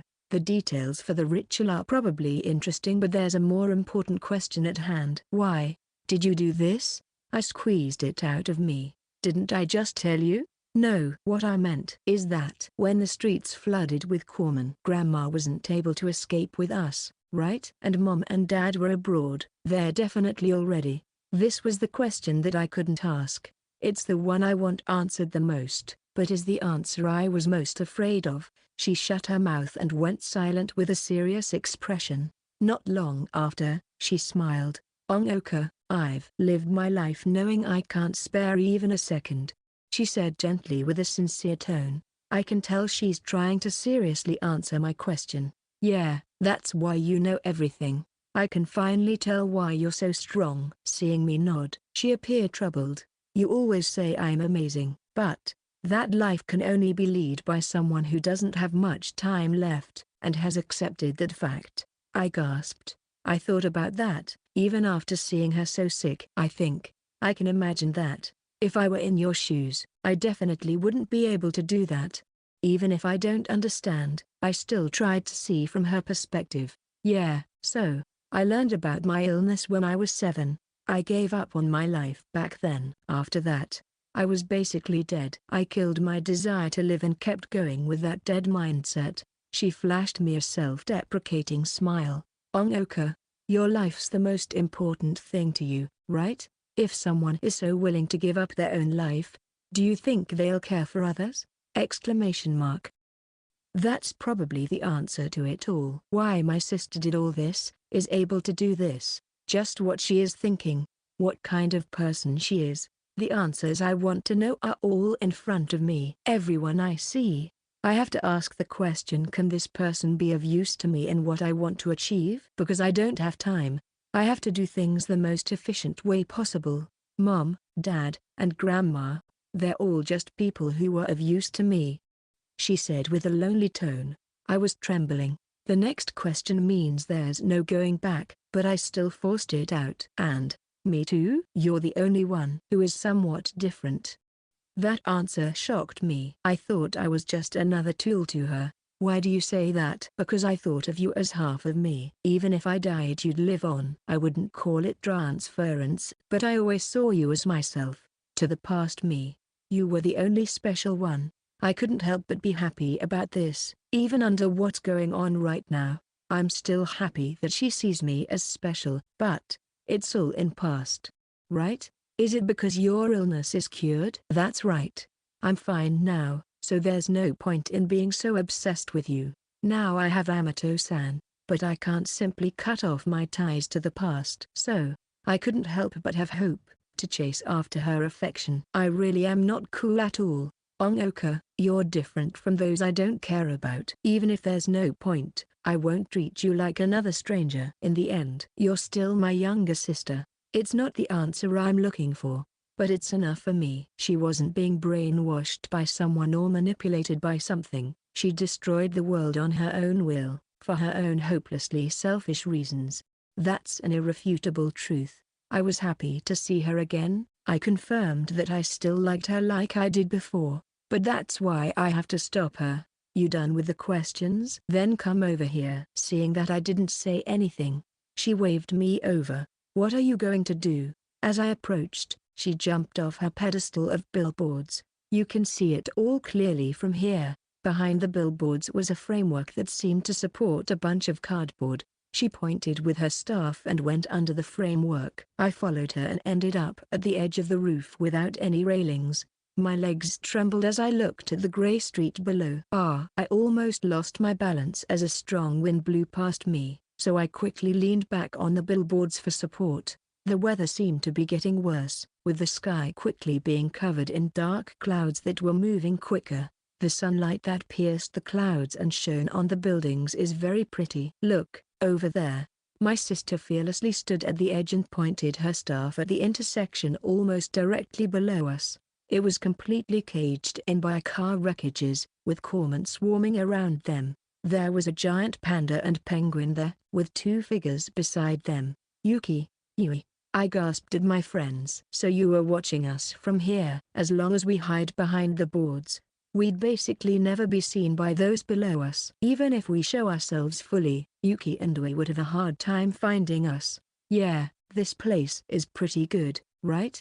They seem to be strengthening the barriers first, so given the current situation, they can definitely hold out for a while, despite being the one who put them in that cage. She seems quite happy about this. She's probably thinking that the longer they resist, the longer they can act as bait. She really is trying to lure out her lover with Yuki. Can I persuade her to not? Despite telling Yuki that, I don't know how I'll be able to. If I can summon her father, maybe. But I don't know where he is, or even if he's alive. If there's any chance to persuade her, it would be when the two are on the verge of death. I can beg my sister to hold back the horde a bit so that they can act as bait for longer. But given what I know of her now, if it still doesn't work, she might just deem them useless and have the corpsman drown the two. I reached down and touched the pistol in the thigh holster under my skirt. I removed the silencer so it would be completely hidden under my skirt. If I can't persuade her, can I threaten her? No, that won't work either. She blocks Yui's rock. Bullets probably won't work, and she can take the gun from me with ease. Just then a few pieces of a plastic bag blew onto my sister's hair. So dirty. She brushed the fragments away with her hand. That just now. If she didn't want to get dirty, she would have blocked it with magic. Right, she's like Yuki and Yui. If she want to use magic, she has to focus on the target. As long as it's within range, she can take away the magic of others from objects without touching them. But if she doesn't focus on it and it comes out of nowhere, she might not be able to use magic. I took a deep breath, trying to calm my shaking heart. When I came here, I already made up my mind. During this entire trip, I've been thinking what I should do if my sister really was the culprit. I won't excuse her for what she's done. She'll never be able to make up for this. But facing my own sister, no matter what she's done, I'd probably forgive her. It's all in the past now, so there's no point blaming her. If all of humanity has fallen and it's just the two of us, then I think I won't do anything. But humanity has yet to fall. Yuki and Yuri are still down there. Yami-san and the 20 or so refugees are still in Kyoto. There's also those who escaped by sea to Yokosuka. There has to be other survivors. This world still has a tomorrow. I can't just sit here and watch the culprit strangle the last bit of life out of it. Even if that person is my sister. No, precisely because she's my sister. I don't want to see people I care about continue killing. Don't worry, sis. I'll be with you. I'll take on half your sins. I gathered my resolve. Now it's just about when to take action. I asked her something irrelevant. Oh yeah, what's that staff for? You didn't mention it earlier. I pointed to the staff in her hand. Oh, this. I don't know when I started carrying it. I just picked it up from somewhere. She looked at the staff and said as if she had nothing to do with her. You don't know since when? Isn't that a staff used to perform magic? It was similar to Yuki's, so I thought it was special. Of course not. You don't need a staff to use your power. Then why are you always carrying it? No reason. I just didn't want to throw it away. She started focusing on the staff, as if trying to remember something. Right now, she's focused solely on the staff. With so many openings, I was curious about the staff, but I can't miss my chance.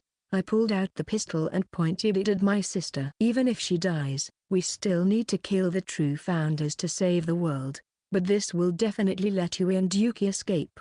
They will definitely save the world one day. I convinced myself of that as I squeezed the trigger. The magazine was loaded with Yomi-san's special bullets. If it hits, my sister's body would be blown to pieces. But that's better than leaving a body and having her become a corpse later.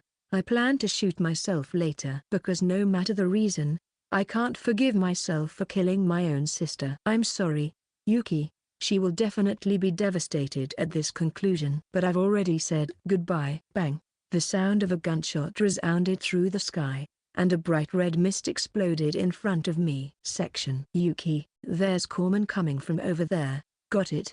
I turned to where Yui was pointing and pointed my staff at a corpsman trying to climb over the wreckage. Fire. I shot a rock that was circling above me. It got the corpsman's head and knocked it behind the barrier. There's more and more getting up there. I really don't want to imagine what's on the other side of the wreckage. It would be best to burn them all like in Kyoto, but these cars don't have fuel in them. Geez, what to do? Yui sighed tiredly as she continued to push back the corpsman. She has definitely used more energy than me given how many walls she made to reinforce the wreckages, and she's much younger than me, so she naturally has less stamina. Take a break, Yui. I can still hold them back by myself. Yui simply wiped the sweat off her forehead and smiled without fear. What are you talking about? Don't worry too much. If this much is enough to get me, Yomi would mock me for days. She glanced at me. Rather, are you alright? She's probably referring to the stuff about Ongoka rather than my stamina. I'm fine. I gave a clear answer. That last goodbye stung, but I know she won't betray me. But I don't know if the goat-headed corpsman is listening in on us, so I can't tell you. But I decided to do what Ongoka said and hold out until things get better. I see. That's good. But if you can't take it anymore, tell me. I'll protect you to the end, no matter what," she said firmly. "Thank you, senpai." I suddenly had the urge to cry but held back and thanked Yui. Perhaps it's because I'm not used to being treated with kindness, so I don't know what to do. I was originally planning to tell her to run away if things get really bad. I'm the only one needed to lure out my father, so if we tried escaping at the same time, maybe Yui can get away. But Yui's words stopped that. If I suggest having her run alone, she'd definitely be furious. If it gets bad, how about I have her swallow both of us? That way normal corpsmen can't get us. That was how it saved me the first time I was attacked. But I don't think the goat-headed corpsman and Haruka Seikaki would let us go that easily. It would be more practical for Shirokuro to carry us out. She patted her familiar's leg. Yeah, but if both of them fall under her control,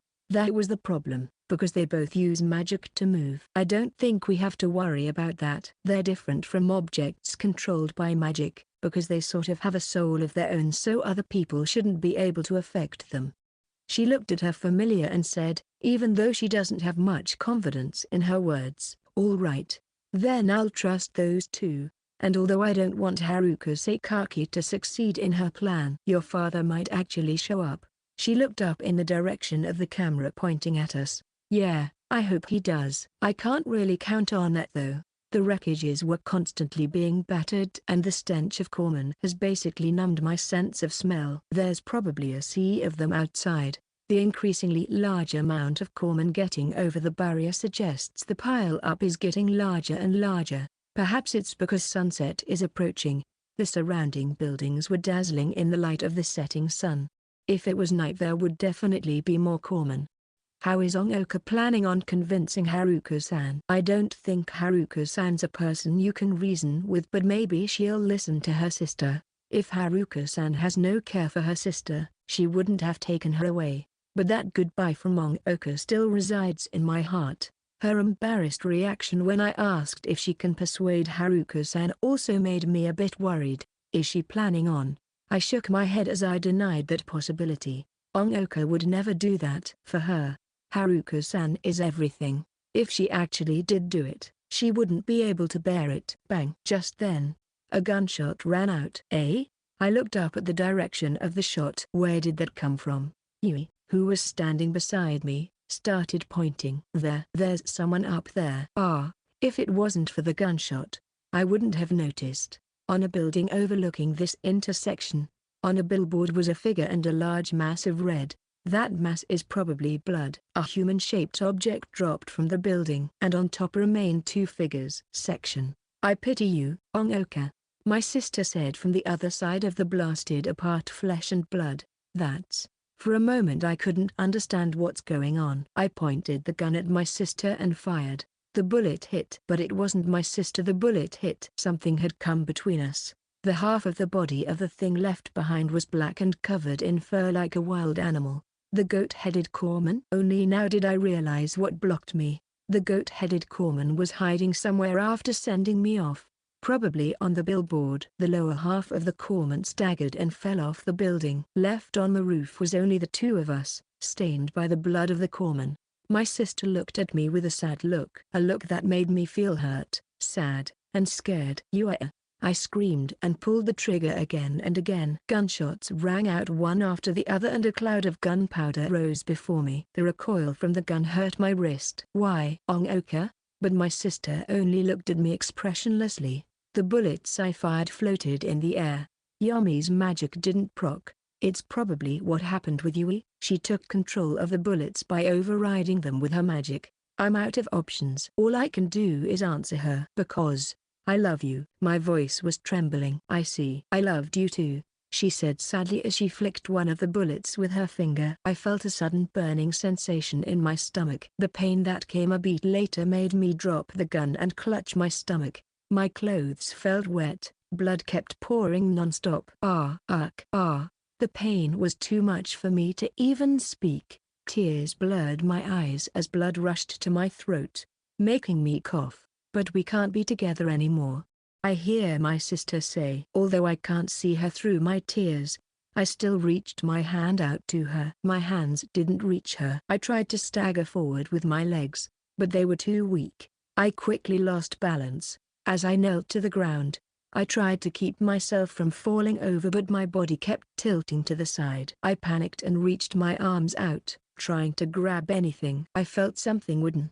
"You want this? All right then." I don't know why I kept holding it, but you can have it if you want it. Ongoka. That's her staff. By the time I realized that, she's already let go of it. My vision began to violently spiral. The sky and roof of the building began moving further and further away. "Goodbye." My sister's words were so clearly in my ears. I kept falling, with her staff in hand, head first, and then section. Ongoka. Yuri and I looked up at the roof of the building. We stared at the two figures up there, one with a very familiar uniform. The other was dressed in white. That might be Haruko-san. No. More importantly, that gunshot. I'm not sure exactly what happened. What even was that thing that fell covered in blood? But my uneasiness was growing.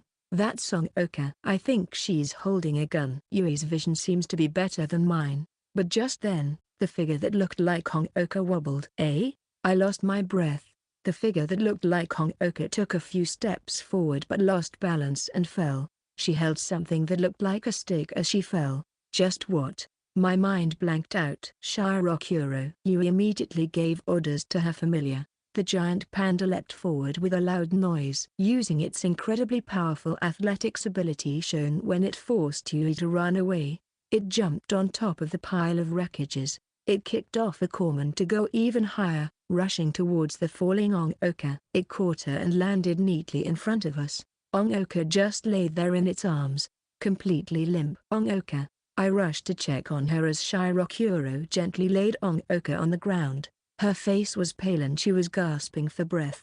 Her clothes were stained red around her abdomen. So much blood. Yuri panicked for a moment before quickly pushing the wound through her clothes. What do we do? Ongoka. I didn't know how to apply first aid, so all I could do was keep calling her name. Pew! The giant Pura cried from above me. I looked up and saw Pura leaning down towards us. Just like when it tried protecting us. Bang bang bang. Pura swayed slightly. Pura said as if it was fine and straightened itself. Just then I noticed the small pieces of metal rolling on the ground. Bullets. I quickly looked up. Pura was also looking at the roof of the building where Ongoka fell with caution. There stood a woman in white. That was her attack just now. And her target was Ongoka. Haruko-san. To think you'd. I was convinced that person was Haruko-san. I grabbed my staff and jumped out from behind Pura. I tapped one of the rocks we brought out from the car and glared at the enemy. To think you'd actually hurt Ongoka. My emotions bursted like flames within me, telling me to take action. I won't forgive you. My head was burning as if I had a fever. My mind was blank, completely focused on Haruko-san and nothing else. The rock was flying above me with my anger, cutting through the air fast enough to be heard. Pierce her. I let it run wild, attacking her with the force of a cannonball. Zwoosh. It flew with the intent to kill. But it stopped completely before reaching Haruko-san. The energy I poured into it disappeared. It disappeared from my sense not long after, as if the connection was cut. It was taken away from me. Just like Yuri said, my magic was driven away by her overwhelmingly high amount of magic. I'm not done. But I didn't stop there. I couldn't stay calm at all. A car frame fell out from the wreckage. I tapped it with my staff. As long as I pour in enough energy that it can't be taken over immediately, I poured all my energy into the already charred frame. Fire. It floated at my command. Hover, be on standby for now. Target is Haruko-san. Fire at my command. It circled around me with the sound of a whirlwind. Come on, Ongoka. If you don't keep pressing there, the blood will. Yuri was doing her best to stop Ongoka from bleeding behind me. Given the current situation, Ongoka is completely immobilized and Yuri can't leave her. If this drags on, Ongoka might be attacked again. So, I stared at Haruko-san who was still standing at the roof and shot the car that has become a part of me at maximum speed. Kill her. I gave a command filled with more hatred than I've had for anyone else. Come to think of it, I've never sought out revenge in the past, no matter the words they said or how they treated me. I never even thought of getting back at them. I probably wasn't just forcing that feeling down. I hated those people. But it's just hate. They don't really matter beyond that, so revenge is pointless. I've never been truly enraged before. That thought flashed before me as I shot out the car frame. So that burning, painful emotion that seems to be even setting me alight is anger.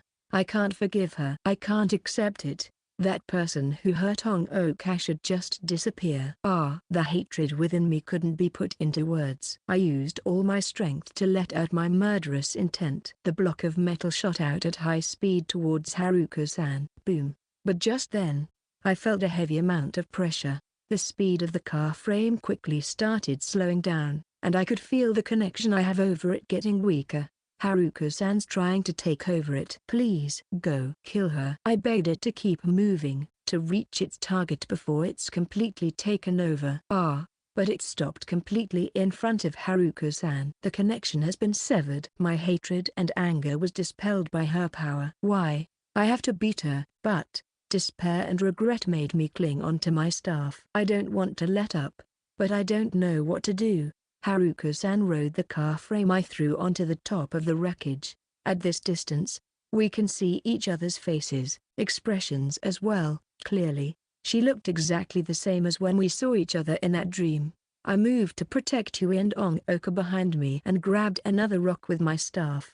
Haruko-san frowned as she watched. Yuki-san, can you not get in the way? I can't give Oka a quick death like this, she said as if I was doing something wrong. What did you say? Anger and confusion swirled inside me. Doesn't she look like she's in pain? If it weren't for you guys, she wouldn't have to be in so much pain for so long, she said with a genuinely sad tone. Weren't you the one who hurt her?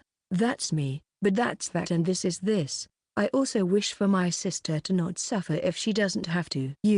I shot the rock as if it was instinct, but it still couldn't reach her. You look angry. Of course I am. My voice was trembling. Wow, that face is scary. I was hoping you'd spend as much time as possible fighting off the corpsman, but it seems you've only got your eyes on me now. She sighed and raised an arm. Rumble, rumble, rumble, rumble. A sound similar to an earthquake rang out. If that's the case, whatever. I didn't have much hope for this plan anyways, and there's no point in it if I don't push you guys a bit. It was as if gravity around her had disappeared as the car wreckages around her floated up. No, not just the wreckages. Even the corpsmen on the other side of the barrier were being lifted. The floating debris and corpsmen began to float in circles. They sucked in everything around them like a tornado. Finally, everything squeezed together into a human-shaped object. That's what we saw in Kyoto. I thought back to the one trying to destroy the barrier in Kyoto. No. It's not the same. This time it was not just corpsmen in the mix, but also debris and cars, creating something both organic and artificial. It reminded me of a Frankenstein. If I were to give a name to it, it would be a steel corpsman. Its upper half and arms were incredibly large, so big that its lower half shouldn't be able to support its weight. But magic lets it defy the laws of physics. The arms of the steel corpsman, whose size is now the same as the buildings around us, loomed over us. I'll just have you two die with Oka. If even then, Amato-san doesn't show up, then you're only worth that much to him. It's a shame, but it makes me hate you a bit less. She gave a somewhat lonely smile. The car frame she was sitting on merged with the shoulder of the corpsman. The distance between us is now too far for us to communicate. The hands of iron and flesh began to slowly fall from above us. How? My legs were frozen.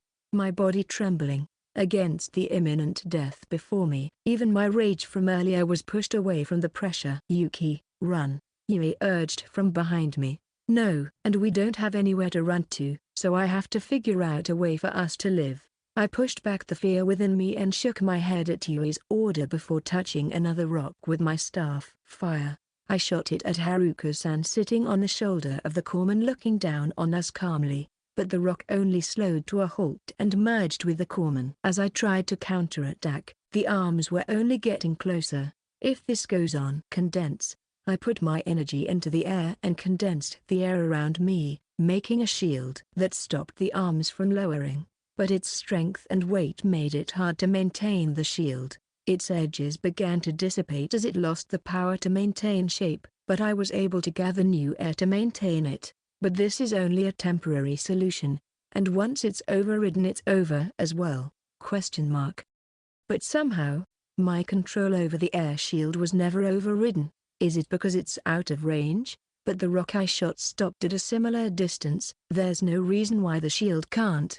If I had to say, at that moment, I thought up a theory. The powers Haruko-san has displayed has all been manipulation of solids, from Corpsman to car wreckages. The goat-headed and giant Corpsman also fall under that category, and those are all part of the earth element. Maybe she can't take over the air shield because that's part of wind magic, but is that really the case? Haruko-san sacrificed the entire world to become this strong. I don't know how many attributes Southgate's descendants are supposed to be able to use, but the thought that she can't use the one I'm using now feels a bit wrong. But this is the only hope I have given the situation. If it's to defeat the one who hurt and even tried to kill Ongoka, I don't care what method I use. I'll stop reinforcing the shield and hope it'll stay up. I gave it the command to stay up and pulled my focus elsewhere. The shield kept being damaged by the Corpsman, but it bought me enough time to cast another spell. Condense. I let my energy go into the air. I forced the air to condense again. This time at the tip of my staff. I could hear the shield start breaking apart above me. The time limit is before the shield is completely gone. I have to do the strongest attack in my arsenal. Light magic. Even if the magic isn't taken away, Haruko-san might be able to block a normal attack, but there's no fire nearby, so I can't make a ball of plasma like last time. So I forced the air to condense more, become smaller, stronger. The compressed air began to heat up, but that wasn't enough, so I used fire magic to give it more heat. Light up. The tip of my staff began shining brightly. I looked up at the hand of the Corpsman covering the sky above me and stared at Haruko-san through its fingers. She seemed to notice and had the steel Corpsman move its hand to block me, but that made no difference. I already locked on. I poured as much of my magic into it so that the heat stays until it reaches the target. I gathered all the anger and hatred into energy and fired. Fire. A flash of light rushed forward. The fireball melted through the hand, blocking the way. Through the red-hot hole it made in the hand, I could see Haruko-san's eyes slightly widen. With a thunder-like noise, the ball of light left a trail that disappeared into the sky. The steel Corpsman has stopped moving. Haruko-san, still sitting on its shoulder, was trying to feel her chest, but there was nothing there. All that was left was a hole. My attack had pierced through the middle of her body. Ah! I let out a hoarse voice. I definitely got her. I killed her. I killed her. I killed Haruko-san. Her corpse tilted to one side as the steel Corpsman lost balance and fell backwards. Thud. The impact set off a strong wind mixed with dust and the stench of Corpsman. The dust made it impossible to confirm where Haruko-san is. Yuki, did you do it? You won? That's amazing. I heard Yuri excited exclaim from behind me. I couldn't respond. I got my revenge, but my mood hasn't changed. I even felt like puking. Ongoka, I'm sorry. I thought back to her condition and turned back to look for her. How strange. Why am I still alive? I froze. That voice came from the dust cloud. How? I could feel Yuri's fear. That's impossible. I saw her dead with my own eyes. A strong wind blew away the dust. I saw a figure get up next to the fallen Corpsman. It was Haruko-san, who still had a big hole in her chest. I fell silent at that unbelievable sight. I killed her, but she didn't die. Did she really receive such power after destroying the world? No, you're already long dead. It's been at least since you died 2 weeks ago. A deep voice came from behind me. It was a male one that I'm very familiar with. Eh? I turned only to see the massive penguin. Pura had Ongoka's stick. No, staff, in its mouth and was staring at Haruko-san. Dad? I called out hesitantly. I might have heard it wrong. Pura's eyes looked down and nodded. Yes, it's me, but it's just the magic of Yuki Minato from the star flowing into him. Pura, recreating his personality and memories. I'm just a ghost that will disappear once the magic runs out. That gloomy way it speaks is definitely my dad. But I still don't get it. I know Emperor is Pura's official name, but the staff, the thing in its mouth? That's right. It's a 7-star staff, the highest level key staff, able to fully release all of Southgate's powers. I fought Haruka Sakaki with it and died with her. Bruh. No. My father said calmly. Died with her? That made me confused, but someone who was even more confused was nearby. You're Amato-san? What do you mean by I'm already dead, and that we died together? I don't remember any of this. Haruka-san, hold still there, asked Bruh. It's just as I said. I confronted you, the conversation went south, and we ended up fighting. In the end, I lost my body but I stopped your heart from beating. But you still had your body. That's likely due to other corpsmen coming in contact with you and turning you into a corpsman. Pra answered with my father's voice. Eh? I couldn't understand what he was talking about. Haruka-san was shocked as well, to the point where she could hardly stand. A corpsman? Me? That's right. Just like how my consciousness is still in this staff thanks to my magic power, your corpse still had a lot of magic in it. That let you keep your soul even after becoming a corpsman and even gave you power. It's the same way you made those beast-headed corpsmen. You let yourself reincarnate as a familiar. I can feel pity in my father's voice. But I can do magic. Haruka-san tried to refute. Corpsmen have the ability to turn others into corpsmen, in other words, the ability to manipulate solids. Your abundance in magic just strengthens that. You are no longer a mage. The reason you don't remember your death could be due to shock and damage to your body. No way. Haruka-san stood there with an unusually pale look on her face. No. Thinking back, ever since I met her, she's never looked well. If that's because she's already a corpsman. No, you're lying. It's all lies.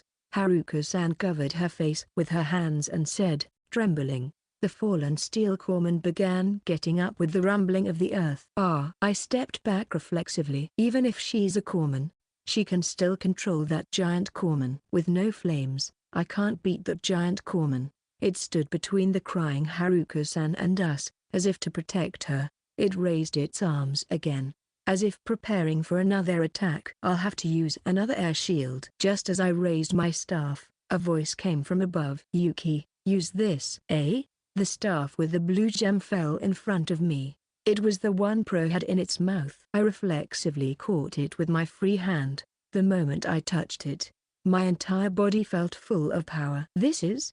My energy flowed out of the staff and spread out, as if I've grown bigger. The descendants of Southgate have had their power and available attributes sealed time and time again. But now those seals have been lifted. So there's no one you can't beat now. My father's words dispelled my anxiety. It's been years since we talked, but his words always frighten me, making me unable to respond. All right. However, at this moment, I could accept them. I let go of my previous staff and took the staff my father gave me with both hands. The huge arm was approaching me. Behind me were Ongoka, who's gravely injured, and Ui, Hos trying her best to administer first aid and can't move. They can't avoid the attack. I have to do something. But I wasn't nervous at all because I know I can do this. Burn it to a crisp. I took control of the atmosphere around the corpsman and gave the order. It was simple fire magic. I didn't go for commands like earlier, or use multiple attributes. But my magic made it a scorching hell before me in a blink of an eye. Boom. The head distorted the surroundings, and even sent flashes of lightning out. The steel corpsman was engulfed in flames and disappeared in a flash.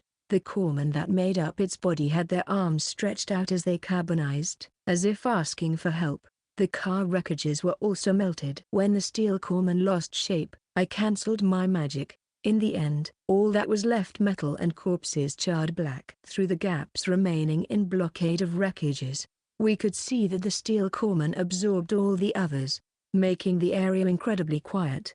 And I can't find that person. Just where is Haruka-san? I look around, wondering if she was burned up as well. She was behind the steel corpsman, so I wasn't sure if she was in range. It seems she ran, but that attack should have taken out a lot of her magic. Leave her to me. I'll borrow Emperor for a bit. After saying that, my father, who has turned into a giant penguin, slowly walked towards the charred remains of the steel corpsman. Dad, I suddenly called his name. Is something the matter? He did not stop, only asking me for what I want. You said, That you'll be gone once the magic runs out, right?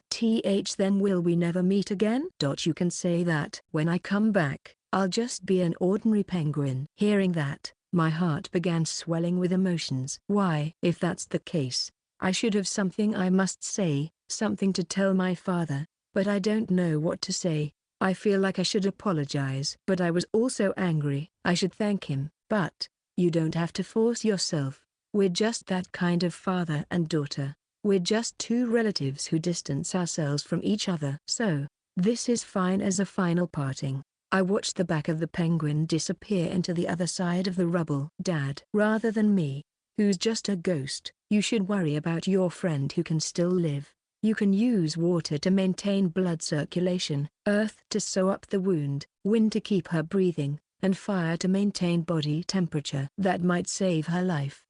He stopped before giving that advice without looking back. That's really difficult. Without your help, I'm not longer a mage. You have to do this. If you don't trust yourself, it's fine if you don't do it. To save someone also risks causing a calamity of this scale like we see here. After saying that as if to push me away, my father walked to the other side of the rubble. We really never got along, even at the very end. He didn't even give any words of encouragement as we parted, which was really infuriating. But his words still gave me the strength to take action! I turned and ran over to Yui and Ongoka, who were being protected by Shirokuro. Yui, how's Ongoka? I immediately knelt down to Ongoka's side, as Yui continued to try to stop the bleeding. Not good, she's getting more and more pale. And she's not responding no matter how many times I call out to her. Yui responded with sadness. No, it might have been better for her to have lost consciousness.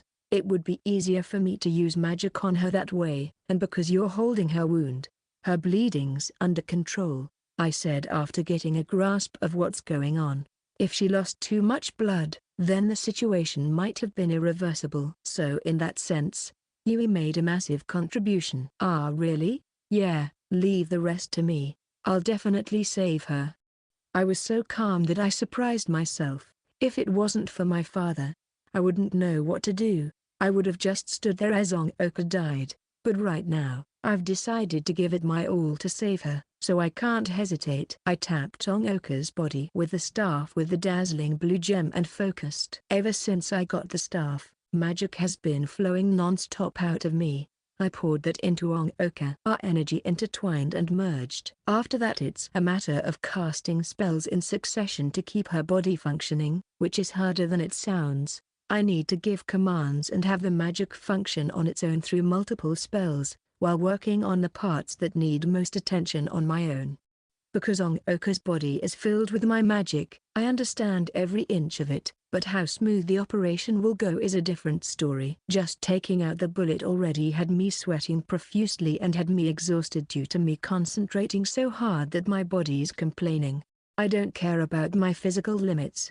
I just have to bear with it. I clenched my teeth with all my strength, kept my focus and continued the operation. You got this, Yuki. Yui wiped my sweat with her handkerchief. I thanked her with my eyes and kept going. I don't know how much time passed after that. Honestly, I completely lost track of time. By the time I used thread that I've enhanced to sew up the wound, the sun had set. I only found out a rock wall had been erected around me when Shirokuro was shining down with a flashlight. When Yui, who set up the rock wall, noticed that I looked up to see what's going on, she rushed to my side. Yuki, you're done?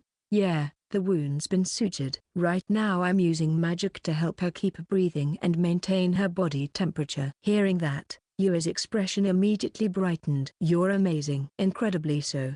She praised me as she rubbed my head all over with her hands. There's Corman out at night, but we shouldn't have to worry thanks to this rock wall and the barrier I set up. As long as Haruka Seikaki doesn't interfere, we'll be fine. Yui looked uneasily at the other side of the rock wall where light couldn't reach. Good work, Yui. You also used quite a lot of energy. It's nothing compared to you. I was so worried you might faint from exhaustion. She scratched her cheek with embarrassment before checking on Ongoka. I hope she wakes up soon. Yeah, I nodded. We've overcome another challenge. That's what we both thought. But no matter how long we wait, Ongoka wouldn't wake up, and, how can it be, I healed her, didn't I? I muttered, unable to accept reality as I fought off fatigue and sleepiness to keep check on her condition. The sky was cloudy without a star in sight. Ongoka's heartbeat slowly began to weaken. Her breath has also weakened to the point where she'd be dead without magic. Yuri, who was also staying up next to me, suddenly realized something. I don't want to say this, but Yuri's shoulders shook as I called her name. Ongoka's injury was caused by Haruka Sakaki, right? Yes, I think so. While we couldn't see clearly from below, that should be the case. Haruka Sakaki isn't a mage anymore, but rather a dead person, a corpsman. In other words, Ongoka lost consciousness fighting a corpsman. I finally understood what she was getting at. Wait a minute. I couldn't bear to hear it, but Yuri continued with a sad expression. I think her soul's been taken already. And if this goes on, she'll turn into a corpsman. Section. The cold night wind blew on a roof on some building. A corpsman who used to be Haruka Sakaki, sat on the building with a billboard. I don't know why, but I'm back here now. My head's gone completely blank after being told that I'm dead, that this body is a corpsman. By the time I came back to my senses, I realized I fled. The cold wind whooshed as it blew past me. The night breeze blew through the hole in my body. A light could be seen at the intersection below me. Yuki Minato's probably doing something, but I don't want to do anything to them anymore, because I don't know what I even should do. But a pada. Just then I noticed some funny-sounding footsteps approach. A baby penguin covered in fluffy feathers poked its head out from behind the billboard. Amato-san? I thought and asked without hesitation. Yeah, it's me. The penguin answered with the deep voice I once loved. To think you'd become so cute. You can't get here in the adult form. He gave an answer that was somewhat off topic. Can I hug you? I'll have to say no. The baby penguin took a step back. It was just a joke. Really now? Hearing me say this with a smile, the baby penguin went back to its original position. Though its cute movements really made me want to hug it, I held back. Hey, Amato-san, we confronted each other as mages once, right? Yeah. What did we talk about? Mainly about love. We didn't have any chemistry, so we started fighting. I see. I expected as much. I kind of expected that to happen, but I don't think it's bad. It's just. To my surprise, he didn't stop talking, so I inquired further. When we fought, at least I felt like I wasn't alone anymore. Exclamation mark. It's not the result I wanted, but that answer felt like it filled my now hollow chest. I see. That's great. At least I was able to fulfill my wish. The moon peeked out from the clouds and shone on us. This revealed a piece of metal next to me. That's Ongoka's pistol. Right, it's only now that I understood why I came back here. Amato-san, it's time I left. I have something to return to that girl. I see. Then I'll see you off here. My love nodded with the face of a baby penguin. Thank you. I checked the gun to see if there were any bullets left. Luckily, there's still one. I pointed the muzzle to my temple. The weak point of the corpsman is its brain. Without it, the corpsman is just a regular corpse. If hell exists, let's meet there. I smiled at my love who made me into such a disaster and pulled the trigger. Section. What is this place? It was pitch black all around, to the point where I can't even see my hands and feet. All I know is that I, Ongoka Sakaki, am here. It felt like I was falling and floating at the same time. Why am I here? I can't think straight at all through my thoughts. Just then, something white appeared before me. What's going on? During my confusion, the white something took the shape of a human and smiled at me. I knew you'd be here, Ongoka. Sis? The person before me must be my sister, Haruka Sakaki. When I saw her, I felt a pain in my chest. A feeling of extreme pain and sadness washed over me. Do you still remember? I killed you. When she asked, the memories flowed back into me. I aimed the gun at my sister. The bullet wasn't able to hit. The pain and burning feeling in my abdomen, but it turns out, I was long dead. As a corpsman, the souls of the ones I kill are given to the devil. But, if you're here, then you can probably still come back. Corpsman? What are you talking about? I couldn't understand what she's saying. I'm saying I don't have to bother you anymore, so I'm sending you back. You really are lucky. No, that's not quite right. More like you made some really good friends. Huh, Ongoka. Just then, my sister's figure began to get further away. That's Sis, I shouted. But Sis only waved at me, completely relaxed. I'll be going ahead of you, Ongoka. I can't take care of you even if you come with me, so stay over there, be happy. After saying that, she turned her back on me as if she has no more regrets. That made me feel sad and lonely, but also relieved at the same time, because it made me realize she really doesn't need me anymore. She was leaving me. I can't see her anymore. The silhouette of a human turned into a dot, and that dot disappeared. Ongoka. A voice came from behind me. I looked back to find a strong light so dazzling. I felt a pain in my abdomen, something hard on my head and back. My senses started to come back. I realized I was lying somewhere. Ongoka. Ongoka. How can it be? I don't want this. How can Ongoka just die like that? She can't be a Corpsman. Calm down, Yuki. I also sob. But we don't know when she'll turn into a Corpsman and attack us. It's too dangerous. Wait, she still needs my magic to keep her alive. I know, but I can't just watch you die with her. I told you, I'll protect you with everything I got.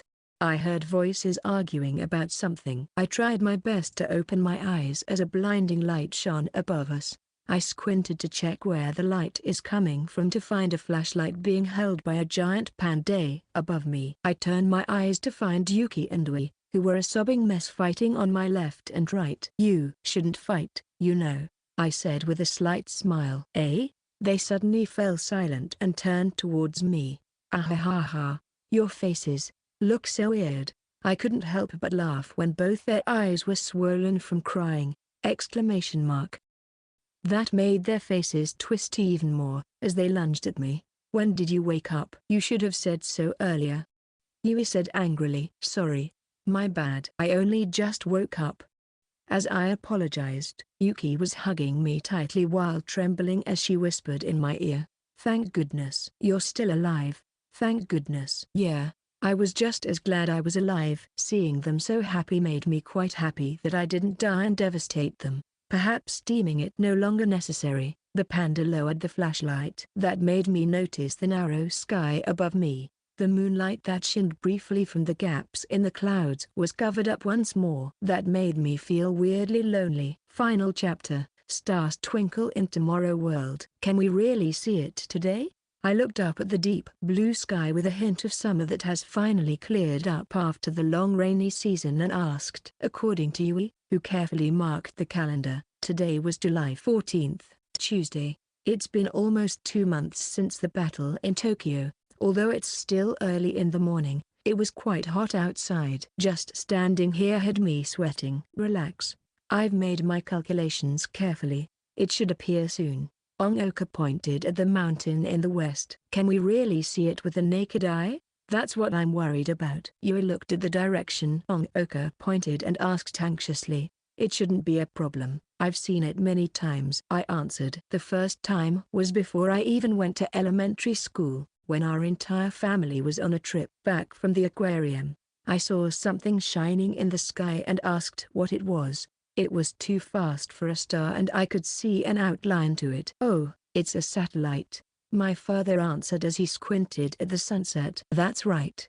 We're waiting for the satellite, for the International Space Station to appear. We were in our home's backyard. The baby penguin familiar was sitting on the vine-covered porch. Pura returned to us around the time Ongoka woke up and could no longer speak. In my father's voice, although meeting again is a miracle in and of itself, we really had to split off like that in the end. I guess that's just business as usual in a sense. Despite the apocalypse, the relationships between people can't be changed so easily. But even so, even if it was with a ghost, I'm glad I got the chance to talk to him one last time. It's likely we'll only be able to see it for 5 minutes. It's up to you, Yuki. Ongoka patted me on the back as she said that. Yeah. I nodded and held the staff tightly with both hands. At the end of the staff is a blue gem. The highest level key staff my father gave me. Through it I can unleash the full power of a Southgate descendant. Yui copied Oka and jumped up to pat me on the back as well. Do your best, Yuki. There have to be other mages that survived and are fighting the Corpsmen, but we're definitely the only ones that know about the one in the sky. If we don't kill that one, the ritual Haruka Seikaki started won't end. I know. I pulled myself together and held the staff tightly. Haruka-san was already dead when we fought, but the Corpsmen are still here. As long as the true founder is still there, the Corpsmen will keep searching for new souls. True founders, pitiful victims of the hole opened by the rituals. According to Haruka-san's scheme, there should be tons of those, but we haven't seen a single one. According to Yui, the ones in Japan may have been dealt with already by my father. Although we don't know the situation overseas, there's a non-zero chance the one on the space station is the last one. I see it. Oka pointed at the sky. A man-made object reflecting the sunlight moved slowly. Actually, it should be pretty fast when up close, through the sky. As long as I can see it, I won't miss. As long as I can keep my sight on the target, the command I give the next spell will correct the trajectory.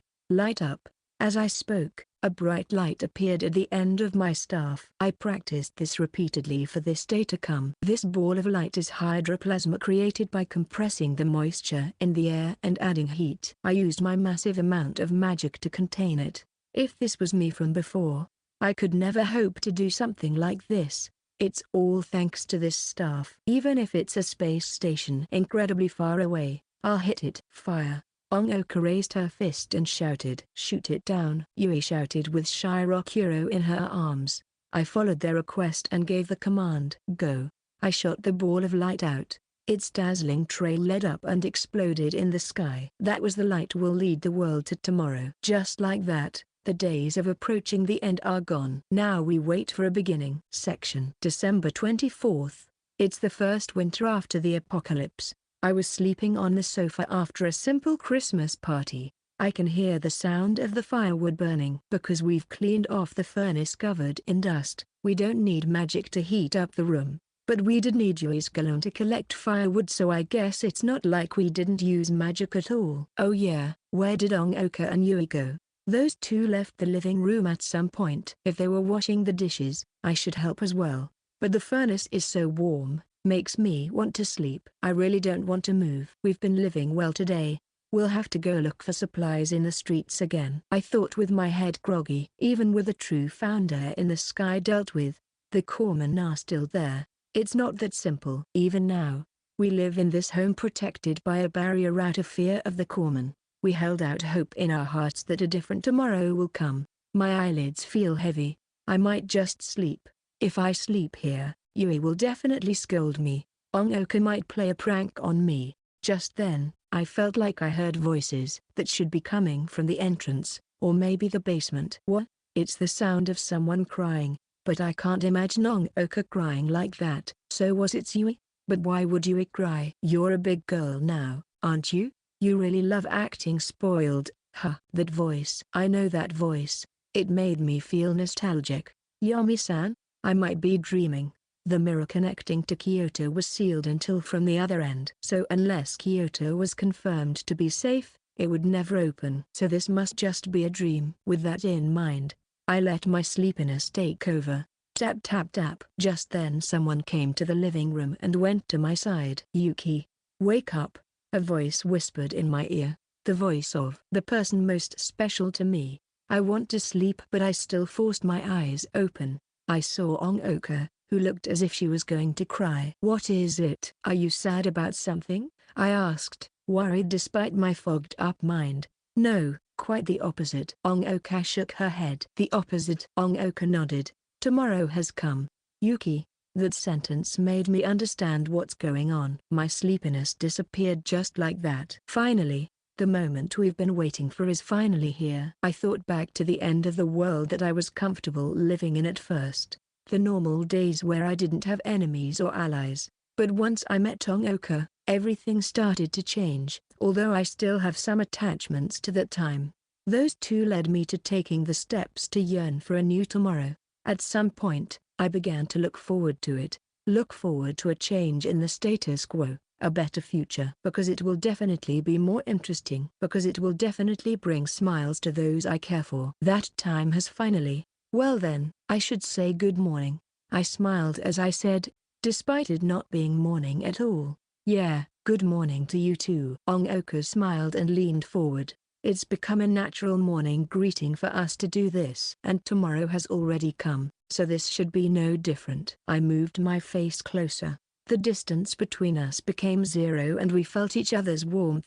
To be able to wake up in a new world is such bliss. Afterward. Hello everyone, Tsukasa here. Thank you for picking up Volume 3 of Stars Twinkle in Tomorrow World.